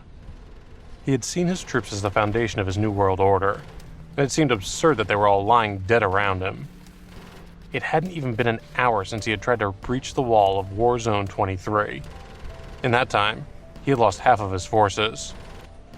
On the other side of the arcane wall, the battle raged on. Paul and Lester's army had gone in to help Graham take down War Zone 23 as quickly as possible, but their efforts had been foiled by the ambush, which had killed several thousand people. Not only had they lost many troops, but they had also lost the initiative and any sense that they had a chance of succeeding. The remaining soldiers, only 16,000, were far from what would be required to take down the entire war zone. After the ambushing Allied soldiers had succeeded in the attack, they had joined the general fray, bolstering the army's power still further. In short, the elites from Montreal, helped by the special forces supplied by Arthur and Patrick, had crushed Leonard's invading forces. With Graham's soldiers out of the picture, the elite Allied troops were able to attack the main part of Leonard's army from both sides. Within a short space of time, they had turned the battlefield into carnage. Just when things looked like they couldn't get any worse, the Knights of Hell appeared in front of them. The cavalry was already infamous, and Leonard's soldiers despaired to see the new threat as they wondered if Leonard had any way to deal with the Knights. But it was clear that their commander had no quick way to defeat the Knights, and that it was up to them to save their own skins. The Knights swung red blades that quickly tore through their victims. Miserable cries filled the air as the Knights swept across the battlefield with ease. Tina and some of the other Daunians wielded blood-refining divine weapons, which could take down even a level 5 foe. Meanwhile, Miranda had deliberately chosen officers of different levels to confuse the enemy, throwing off their estimation of exactly how powerful the Knights were. With the pincer attack from the Montreal and Washington elites, and the main force made up of the Knights of Hell, the soldiers of Paul, Graham, and Lester's divisions were quickly scattered to the winds. On top of that, the Black Lightning Dragon attacked the highest level enemies, swooping down to consume them and empowering itself with their energy. Paul led some of his personal guards in a desperate attempt to turn the tide of battle. As they advanced, though, the sky suddenly darkened as the Black Lightning Dragon loomed over them. "Save me!" Paul cried, uselessly waving his short sword as if it had any hope of scaring away the gigantic beast. He screamed as the dragon plummeted and swallowed him whole. It then flew to Charles's side, where it landed and spat out a single short sword. Does this sword really work with the Dominion tablet? He wondered, quickly depositing it in the energy storage space, along with the brush Oscar had given him, and a blank scroll painting. Those items were useless in battle, but would aid his control of the Dominion tablet. He knew that in his previous life, Paul had become very powerful with the tablet's help. It had even helped him reach the peak of level 5, but that hadn't helped him when faced with a Black Lightning Dragon. "This isn't good," shouted Lester. "Retreat!" He was terrified. He knew that there was no chance of winning, and couldn't work out why Leonard hadn't come over to help his troops. Things looked so dire that he was more interested in protecting his own life than pleasing his commander, and so he hurriedly pulled his troops back as quickly as he could. No sooner had he made the order, though, than his arms began to turn black with death energy, and his eyes clouded over. In a voice entirely void of panic or any emotion at all, he said, "We will fight to the death. That's an order." Just after that new command, the sky darkened, and the Black Lightning Dragon swooped down and incinerated him. The army didn't stop to question Lester's strange behavior before he had died. They quickly broke rank and sprinted in all directions. Some tried to escape the battlefield by sprinting in the opposite direction to the arcane wall, but soon halted when they saw a military vehicle arrive on the horizon, approaching from afar at great speed. They were full of utter despair to see yet another group of reinforcements come to assist the Allied forces. They looked around, but could see no other escape route. Seeing that the battle was nearing its final push, Charles took dozens of buckets of essence water from the energy storage space. "Everyone drink this," he said, handing the buckets out. "It'll recover your vitality in no time." The Knights of Hell did as instructed, gulping down the essence water and immediately feeling its effects. Their bodies filled with soul energy, restoring their physical strength as effectively as a hearty meal and a good night's rest. After they had recovered, they passed the water to the troops in the Allied army. The soldiers didn't know what was so special about the water, and sipped it with skeptical looks. With just a single sip, though, their eyes lit up with new energy. They didn't need to know the mysteries of the water to realize that its effects were very real. It was only with the greatest discipline and restraint that they kept themselves from fighting each other for more of the water, ultimately realizing that they would stand a better chance in the battle to come if their exhausted comrades also drank from it.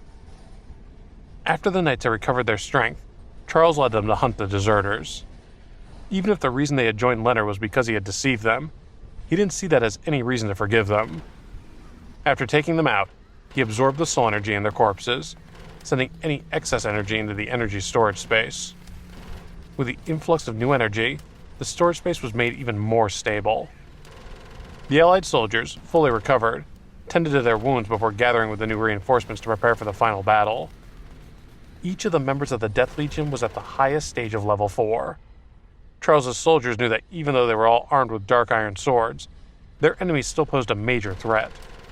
But they also knew that the battle was near its end, and that as long as Leonard was killed, victory would be theirs.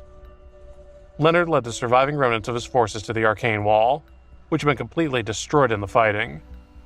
He looked over Charles's army and could sense even from such a distance that they had somehow managed to completely re-energize themselves. Yet again, he was humiliated and enraged by Charles's ability to best him. "Why are you doing this to me?" Leonard screamed. He felt that he might have finally lost his mind. He demanded an answer to why he had sacrificed so much and yet lost it all. He demanded to know how he had gathered so much power, only to quickly find an army whose own power far exceeded it. He had intended for Paul and Lester's forces to exhaust the enemy army, and buy time for the rest of his troops to recover their strength. But after all that fighting, he could clearly sense that the auras of Charles's soldiers were stronger than ever. If Charles had some means of fully recovering his army's strength so far into the fighting, Leonard couldn't see how he could ever hope to win. Charles had predicted every single one of his moves, and clearly knew the battlefield like the back of his hand. He felt that he was a plaything in Charles's hand, and no matter how hard he tried, he couldn't escape his enemy's grip. "His power should be mine," Leonard said, scowling. He knew enough about warfare to tell when he had been beaten. Although his surviving soldiers were still strong, it was clear that the battle had been decided. Meanwhile, Charles walked among the corpses, refining their soul energy. Although by doing so in plain view of Leonard, he ran the risk of revealing some of his most valuable methods to his mortal enemy, he couldn't pass up the opportunity to strengthen himself. Besides, his power was so great that it hardly mattered if Leonard learned a thing or two of how he had developed it. The source of Charles's power was different from Leonard's. Although he didn't like to admit it, when Charles was at full power, it wasn't solely his own power on show. Rather, it was the combined powers of everyone who made up Dawn City. For example, it was his status as mayor of Dawn City that had gained him the trust of the Washington Army. Although he repeatedly despaired of human nature, he couldn't deny that the selflessness and sacrifice of those around him had saved his life time and time again. While he was refining the corpses, he coldly glanced at Leonard. He thought that any other ambitious enemy would decide to fight to the death if it meant that they could take their opponent down with them. But Charles knew that Leonard wouldn't do that. Leonard had already wiped out his entire family just to make sure he had no weaknesses from within. He was clearly prepared to do anything to save his own skin, so he would hardly challenge Charles directly when it was clear who would win. Leonard couldn't bear Charles's gaze upon him. "All soldiers attack!" he cried. Under the influence of his Dominion tablet, the soldiers whose minds had been eroded by the death energy charged toward the Allied army. Meanwhile, he took some of the other soldiers and fled south. Charles shook his head, not surprised in the slightest by Leonard's decision. It would have been foolish to expect anything else from such a selfish person. He only showed courage when he had weaker people to bully, but in such a life-or-death situation, he would sacrifice any number of his soldiers if it bought him time to escape. As long as he could live another day, he could tell himself that he would eventually be able to make a comeback. At Leonard's final instruction, the 9,000 soldiers of the Death Legion charged at the Allied army, determined to buy time for their master. With the death energy coursing through their veins, they had no control over the matter. They felt the order not only as their duty, but their destiny. From the other side, the 2 elite legions of the Allied army and the 20,000 ordinary soldiers charged back at them. By that point, the bullets of the dark iron fire spears had all been used up. The soldiers put down their guns and armed themselves with their scarlet flame blades, gearing themselves to begin another battle. "So Leonard took most of his elites with him," said Charles. "Typical Leonard." Then he raised his sword and pointed ahead. "Charge!" he cried, and he led the Knights of Hell at the remaining enemy soldiers. He didn't choose the enemy's weak spot, but its strongest. He charged at the area where the greatest number of elite soldiers were gathered. He used his preservation ability to send hundreds of explosive flame amulets flying at the enemy. They exploded when they met their targets, the air filled with their cries of pain. The knights took advantage of the situation to sweep in and kill as many enemies as possible. After taking out the strongest of the enemy soldiers, Charles refined the energy from their corpses to build his strength back up. He was at the highest stage of level 5, only a step away from 6. He wasn't in a hurry to break through to the next level, though. He had a feeling that when he reached level 6, he would face even more dangers, and he would be glad for a chance to let things settle down a bit before that happened. After the knights had finished their first attack, almost all the enemy's level 5 warriors had been killed, with only 30 remaining. "Lewis and Zack," said Charles, "I'll leave the rest to you." Then he turned to the rest of his knights. "Follow me," he ordered. "We're going after Leonard." The knights gathered themselves together and chased after Leonard through the black snow, leaving the rest of the soldiers to take on Leonard's remaining forces. Charles ignored that battle, knowing that it was already won. The best use of his power was in hunting Leonard. Leonard turned to see Charles approach. "I've already admitted defeat," he thought. "Why are you still chasing after me?" He knew that his forces had been obliterated, and that the remaining troops wouldn't be able to face another confrontation with Charles. If he fought Charles again, he knew that he would simply face the same fate as his commanders. It didn't matter how confident he was. He'd finally realized that his confidence couldn't help him against Charles. Between the desire to fight and the opportunity to escape, his decision was easy. Typical Leonard, only ever thinking of himself, thought Charles, charging toward him with determination in his eyes.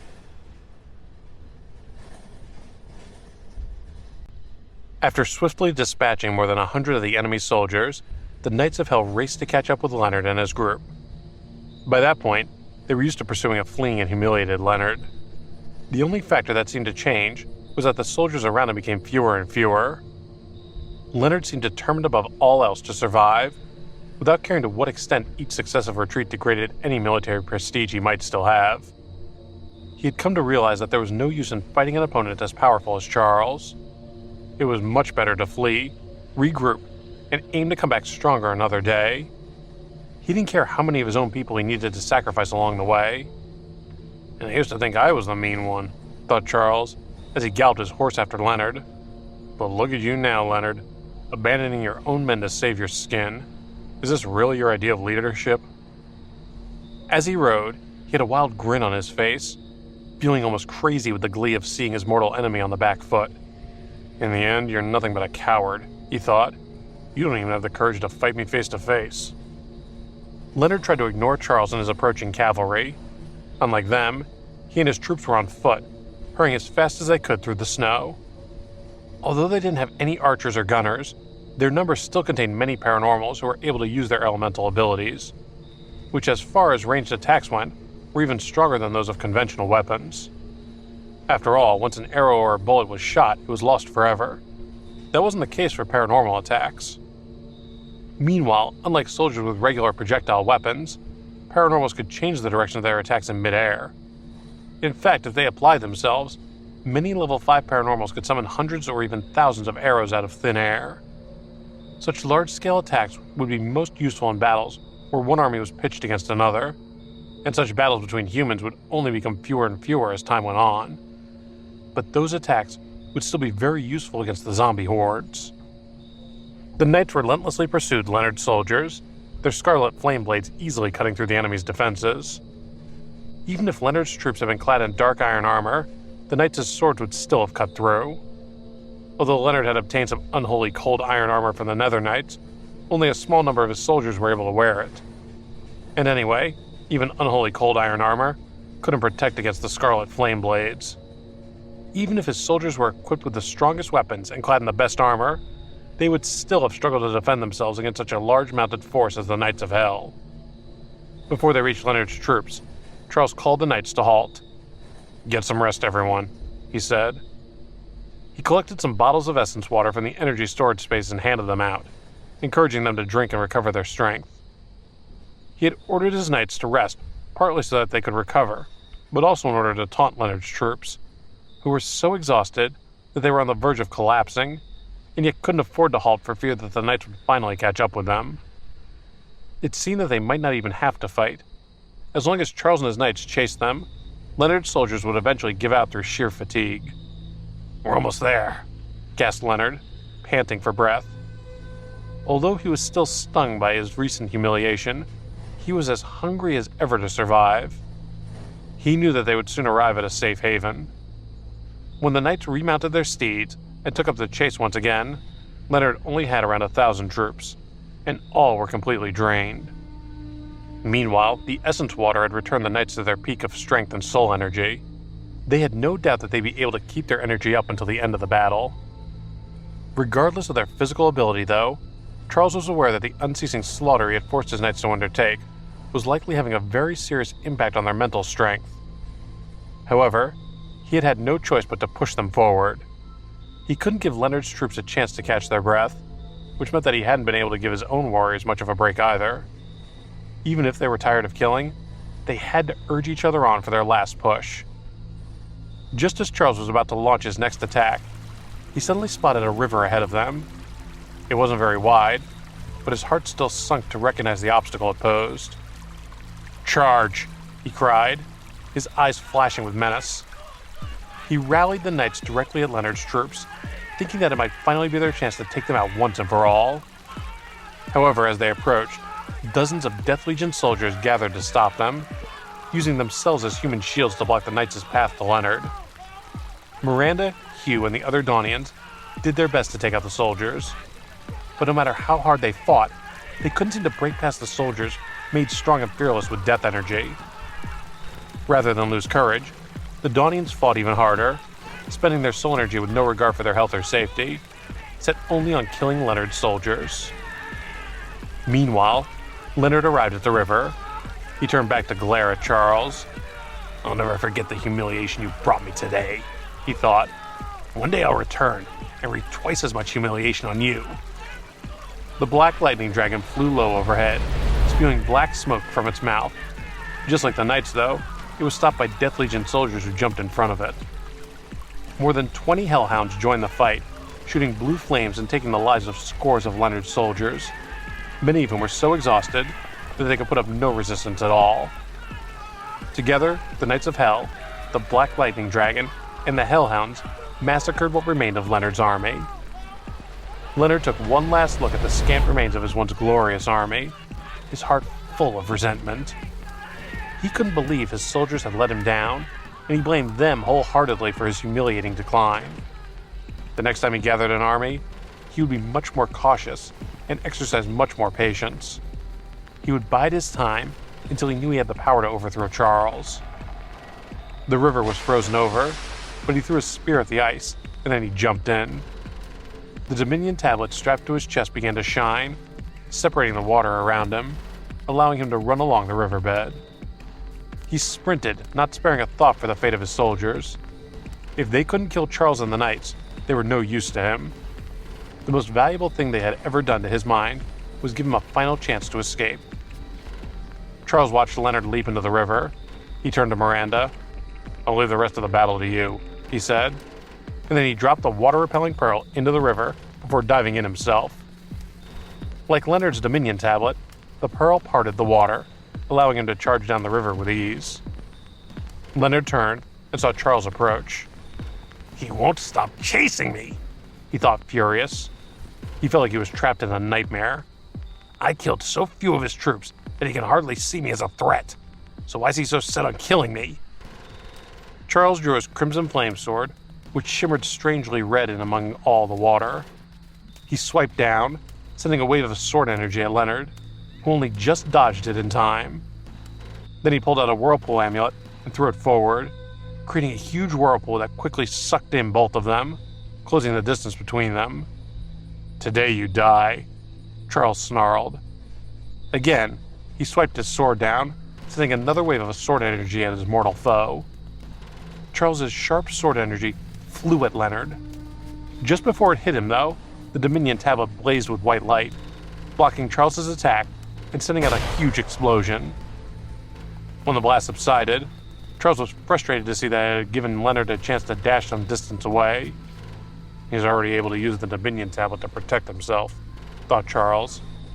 Still, His urge to kill Leonard didn't dim. He knew that Leonard would run low on energy sooner or later. He used several ice amos to freeze the water around them both, but was surprised to hear Leonard cackling up ahead. "You can't kill me!" Leonard shouted, waving his spear to shatter the ice and diving into the water to let the current speed him along. Just when he seemed to be getting away, though, the black lightning dragon dove into the water, splashing everywhere. It lunged at Leonard, trying to bite him with its huge mouth. Although the dragon didn't have a lot of water energy, it was still strengthened by the element. Leonard did his best to escape, paddling furiously while the dragon spat bolts of lightning at him. A few of them hit their mark. He spat blood into the water, but gritted his teeth and forged ahead. Charles used the water-repelling pearl once again to separate the water and quickly chase after Leonard, closing the distance between them. Then the black lightning dragon launched out of the water to fly through the air. Once it had overtaken Leonard, it turned back to him to try to stop him in his tracks. They were moving so fast that they had covered a great distance in a short span of time. The dragon dove back into the water, shooting more lightning at Leonard, scorching and electrocuting him. Is it going to stop him for good? Charles wondered, flowing through the water. He could sense that Leonard's aura was dimming, but then he felt a massive surge of energy appear just ahead. He froze up, his primal instincts kicking in. Although he hadn't caught a glimpse of whatever had created such a large burst of energy, his gut told him that it meant he had no good. I need to retreat, he thought, using his soul energy to send a message to the black lightning dragon.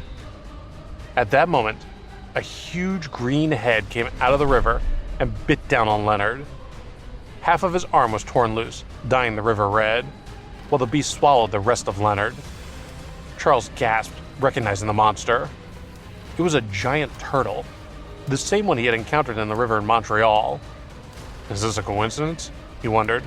Or is it fate?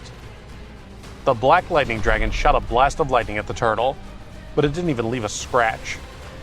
The turtle reached its great neck upwards and caught the dragon's body in its jaws. Although the dragon twisted in an attempt to break free, it was held fast. The turtle bit a chunk out of the dragon, and then the dragon smashed the turtle with its thick tail, using the counterforce to break free from both it and the river itself. The turtle opened its mouth, shooting out a fountain of water that blasted Charles out of the water. He flew through the air and crashed onto the riverbank, where he rolled in the dirt, clutching his chest and gasping for breath. Slowly, though, he felt his life force circulate through his body, healing his injuries. He could sense that the turtle's aura was dimming as it headed downstream. He called the dragon to him and gathered it into the tattoo on his arm. Before long, he'd recovered from the fight. By that point, the turtle's aura had completely disappeared. He looked down at the broken ice, gathered himself, and dove back into the river. Before long, he found the half of Leonard's arm that the turtle had bitten off. He sealed it in ice and placed it in the energy storage space. By all accounts, he knew that Leonard had to be dead. He had already been exhausted and drained at the beginning of the ordeal, and had just been swallowed by a giant turtle, not to mention having lost an arm. There was no way that anybody could have survived that. But Charles knew that Leonard wasn't just anybody. Leonard might be reckless and weak, but he has luck on his side, Charles thought. Otherwise, he wouldn't have lasted anywhere near this long. Besides, Charles knew that Leonard was protected by the Dominion tablet. It seemed that for all his faults, some higher power seemed determined to keep Leonard alive as long as possible, if only so that he could wreak havoc and destruction in the world. Charles took a deep breath to calm himself. The last time I encountered the turtle, I thought it was just my luck to run into it, he thought. But it seems too much of a coincidence that the same turtle showed up to eat Leonard just as he was getting away from me. He knew that coincidences happened every day, but he couldn't decide if he should count the turtle's appearance among them. He wondered why Leonard had chosen to lead his army to the river. He wondered if he had a plan, or if he was going purely by instinct, or if the Dominion tablet had somehow guided him there. It certainly felt that Leonard was being guided by something like fate.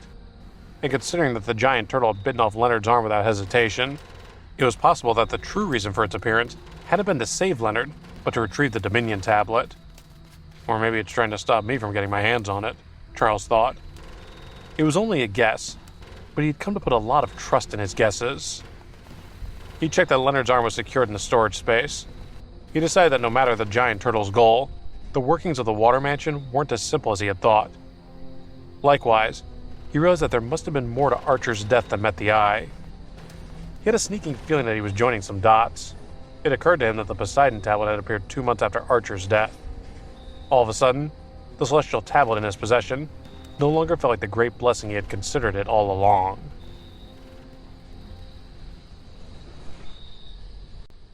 Charles thought back to his previous life. He and Archer hadn't ever really had much interaction. They had been more like acquaintances than close friends. Archer had obtained a treasure called the Water Tablet in the Water Mansion. 2 months after his death, the Poseidon Tablet had appeared, attracting the attention of various powers. It hadn't been long after that Leonard had obtained the Genesis Tablet. After obtaining the memories from Oscar, Charles had assumed the Genesis Tablet was the same as the Dominion Tablet. He also remembered that the people who had obtained the treasures corresponding to his Celestial Tablet had wanted to trade their items for the Celestial Tablet. However, the first person who had come to trade with Charles had referred to the Celestial Tablet as the Celestial Earth Tablet. He hadn't thought much of it at the time, and had assumed that the trader had simply been using a different name for the same thing. But it seemed that the matter was a little more complicated. He finally understood the relationship between the different tablets, together with their corresponding treasures. The 2 parts of each tablet had a specific function. The first acted as a key to access the treasure, while the second was the actual treasure itself. Unfortunately, there was nobody who could verify his suspicions, as it was impossible for him to return to the past and learn exactly how Archer had died. However, he was certain that there had to be an issue with the 3 treasures. He felt that he had ended up with more questions than answers. If he was sure of one thing, it was that he was glad that he hadn't come across the tablets in his previous life, when he wouldn't have known the correct way to approach them. He took out the Water Mansion token and the items he had taken from Leonard's followers, and sealed them before putting them into the energy storage space. Then he climbed astride Bullet and galloped to Miranda and the others. Thanks to their dark iron armor, the knights hadn't suffered any injuries in the fighting. However, there were only just over 100 of them still left alive. Leonard's forces hadn't killed any of them in the most recent battle, but some had still died after depleting their soul energy during their guerrilla attacks on Leonard's camps. Although their dark iron armor provided a great defense, it couldn't protect against harm from within. Moreover, its protection against elemental attacks was severely limited. It was strongest when defending against physical attacks. The knights had all been prepared for death when they had first gone into battle.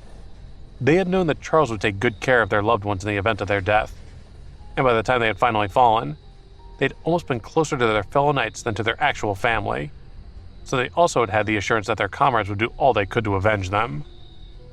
Miranda hurried over to Charles. "Is it over?" she asked. He nodded. "It's over."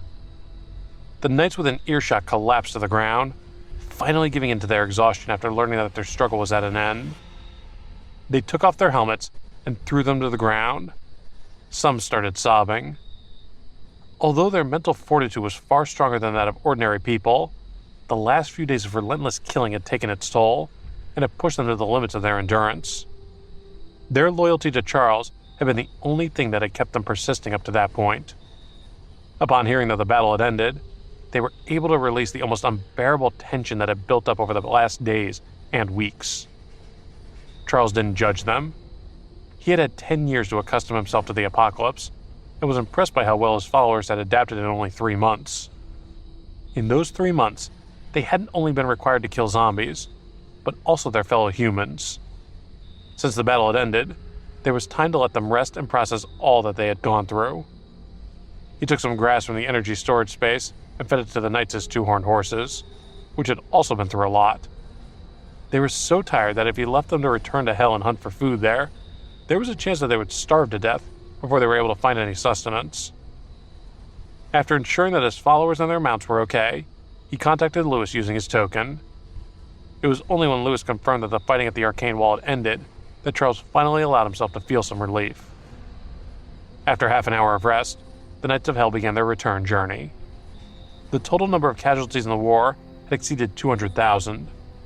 More than half had been regular soldiers. Charles was heartbroken to think about the great loss. It somehow seemed worse that, Rather than dying against mindless zombies, they had fallen in a battle against their own kind. But he knew that if they hadn't sacrificed themselves, there would be even more casualties in the future.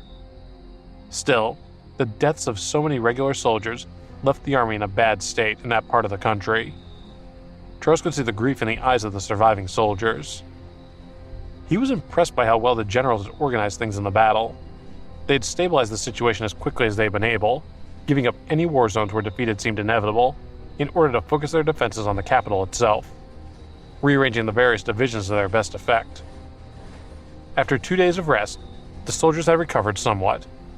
Some of their wounds had healed on their own, and Charles and his paranormals helped to heal as many remaining injuries as they could.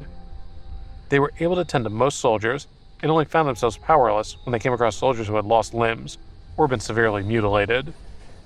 It required the use of many of the crystal cores Charles had been keeping in the energy storage space, but he was eager to do anything he could to help them. The Montreal Division had lost more than 3,000 people. More than 2,000 of those had been elites. However, the war had required so much cunning and ability that the remaining troops, even those who had been amateur troops at the beginning, had all developed the skills of elites. Charles organized a new camp where his followers could rest. After setting it up, a group of paranormals from the Super Squad came to find him. "I've sent people to investigate the families of those who died," he said to them. "I'll fulfill my promise to you." "That's not what we're here for," said one of them. Although the Super Squad members had been forced into working for him, they had since developed loyalty to him. "We simply came to say that, as long as you keep to your word, we'll follow you with complete loyalty. We'd like to join you as official followers." "You want to join me?" Charles asked the Super Squad members in front of him. He wasn't too surprised. He knew that it was only natural for people to want to join the strong, regardless of their previous allegiances. The most recent battles had shown the Super Squad members that they weren't quite as powerful as they had thought, and their pride had been bruised. In their previous skirmishes, they may have been strong, but in the recent large-scale fighting, it had hit home that they weren't much more powerful than ordinary paranormals. And after witnessing the superior strength of the Knights of Hell, it made sense that they had admitted their inferiority and recognized the value in following such a strong army. In the 2 days they had spent counting the casualties, they had had plenty of time to realize that the Knights had only grown so strong with Charles as their leader, and that such a power might one day belong to them if they followed him too. He looked them over. Although only a few of them had come to find him, there were 300 or 400 Super Squad members in total who wanted to join Charles's team. He knew that that number of paranormals would be a great benefit to his forces in the battles to come. They were already powerful fighters, and with all his resources and knowledge, he would be able to develop them even further. However, he didn't plan to take them on with no conditions. "If you want to join me, you have to accept my rules," he said. "Under my command, you'll have access to the strongest power and equipment, but you'll have to work for it. Specifically, you need to provide me with certain resources. It won't be cheap, but I think you'll find the rewards are worth it." He took out some lists of the resources he had in mind and handed them to the squad members. "You don't have to give me your answer now. Look over the lists and talk to my team before letting me know." The members of the Super Squad looked at each other in dismay. They had thought that Charles would accept them with open arms, glad for the added manpower. Instead, rather than a gracious and grateful leader, he was acting more like a haggling merchant. It made them question exactly how he had won the loyalty of his followers in the first place. Still, they took his advice and went to speak to those who had followed him for a long time. Charles knew that there was no such thing as loyalty for loyalty's sake. There were conditions that needed to be met to protect that loyalty with payment or benefits. And it needed to be Charles himself who provided those benefits, whether through his superior resources or his cultivation training. Others were happy just to be given regular meals, but it was still Charles's responsibility to ensure they received them. The reason that he didn't give promises of protection easily was that the cost of fulfilling them was so high. Moreover, it was difficult to maintain true loyalty when the people in question had high expectations for its rewards. Most of the Super Squad members were at level 4. If he provided them with the level 5 resources that they were no doubt expecting, that would be an uneven trade, with Charles spending valuable resources on people who might not even be able to use them to their best ability. The Knights of Hell were different. They had no expectations of Charles.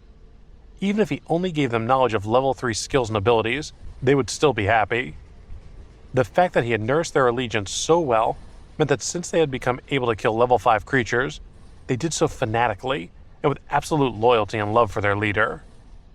Even after the war had ended, their loyalty to Charles hadn't dimmed. They understood that they had only become so powerful because of him, and they relied on him for any further development. Therefore, they had a close and stable relationship with him.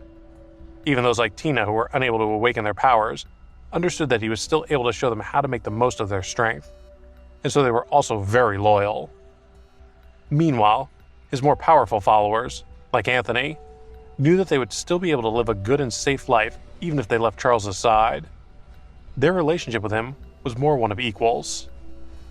Instead of coaching the Super Squad purely for their own benefit or to boost his forces, Charles would prefer to train warriors who would become among his closest followers. Still, he was aware that they might turn elsewhere. For example, if they decided to ask Olivia to take them in instead, she would be able to supply them with high-quality weapons. For that reason, he needed to make sure he was giving his own direct followers enough benefits to remain behind him. He gave the squad members the same conditions as his ordinary followers. They were free to come and go, and they had to work for their rewards. They weren't the same conditions as he gave to his closer followers, but he made it clear that he would give the most benefits to those who were able to supply him with the resources on his list. Resources were scarce, and he needed to do all he could to forge loyalty while also making sure he had enough resources that people would want to join him in the first place. If he couldn't feed and arm his people, he would soon have no people at all. And not only did he have to think about the food required to feed his ordinary soldiers, but he also needed to ensure that he had the right resources, such as crystal cores to aid his paranormals. Above all else, he needed to make sure that he wasn't promising anything he couldn't deliver. While his followers rested and reorganized themselves, he found the families of the Super Squad paranormals who had died in battle. He told them that if they were willing to follow him, he could guarantee that they would be given food, water, and protection. Those who didn't want to leave the area would be given daily supplies by the military. As long as they remained in the area, their safety would be guaranteed. Charles would personally arrange it. More than 200 paranormals had died, which meant that he was making his promise to around 200 families. Many of the families were skeptical of his promises, but after he told them that they would still receive food and water from the military, even if they didn't literally follow him to his next location, they agreed to his request, while others asked to join the military's logistics division. After Charles had made his arrangements, the Super Squad members returned to him with their answer.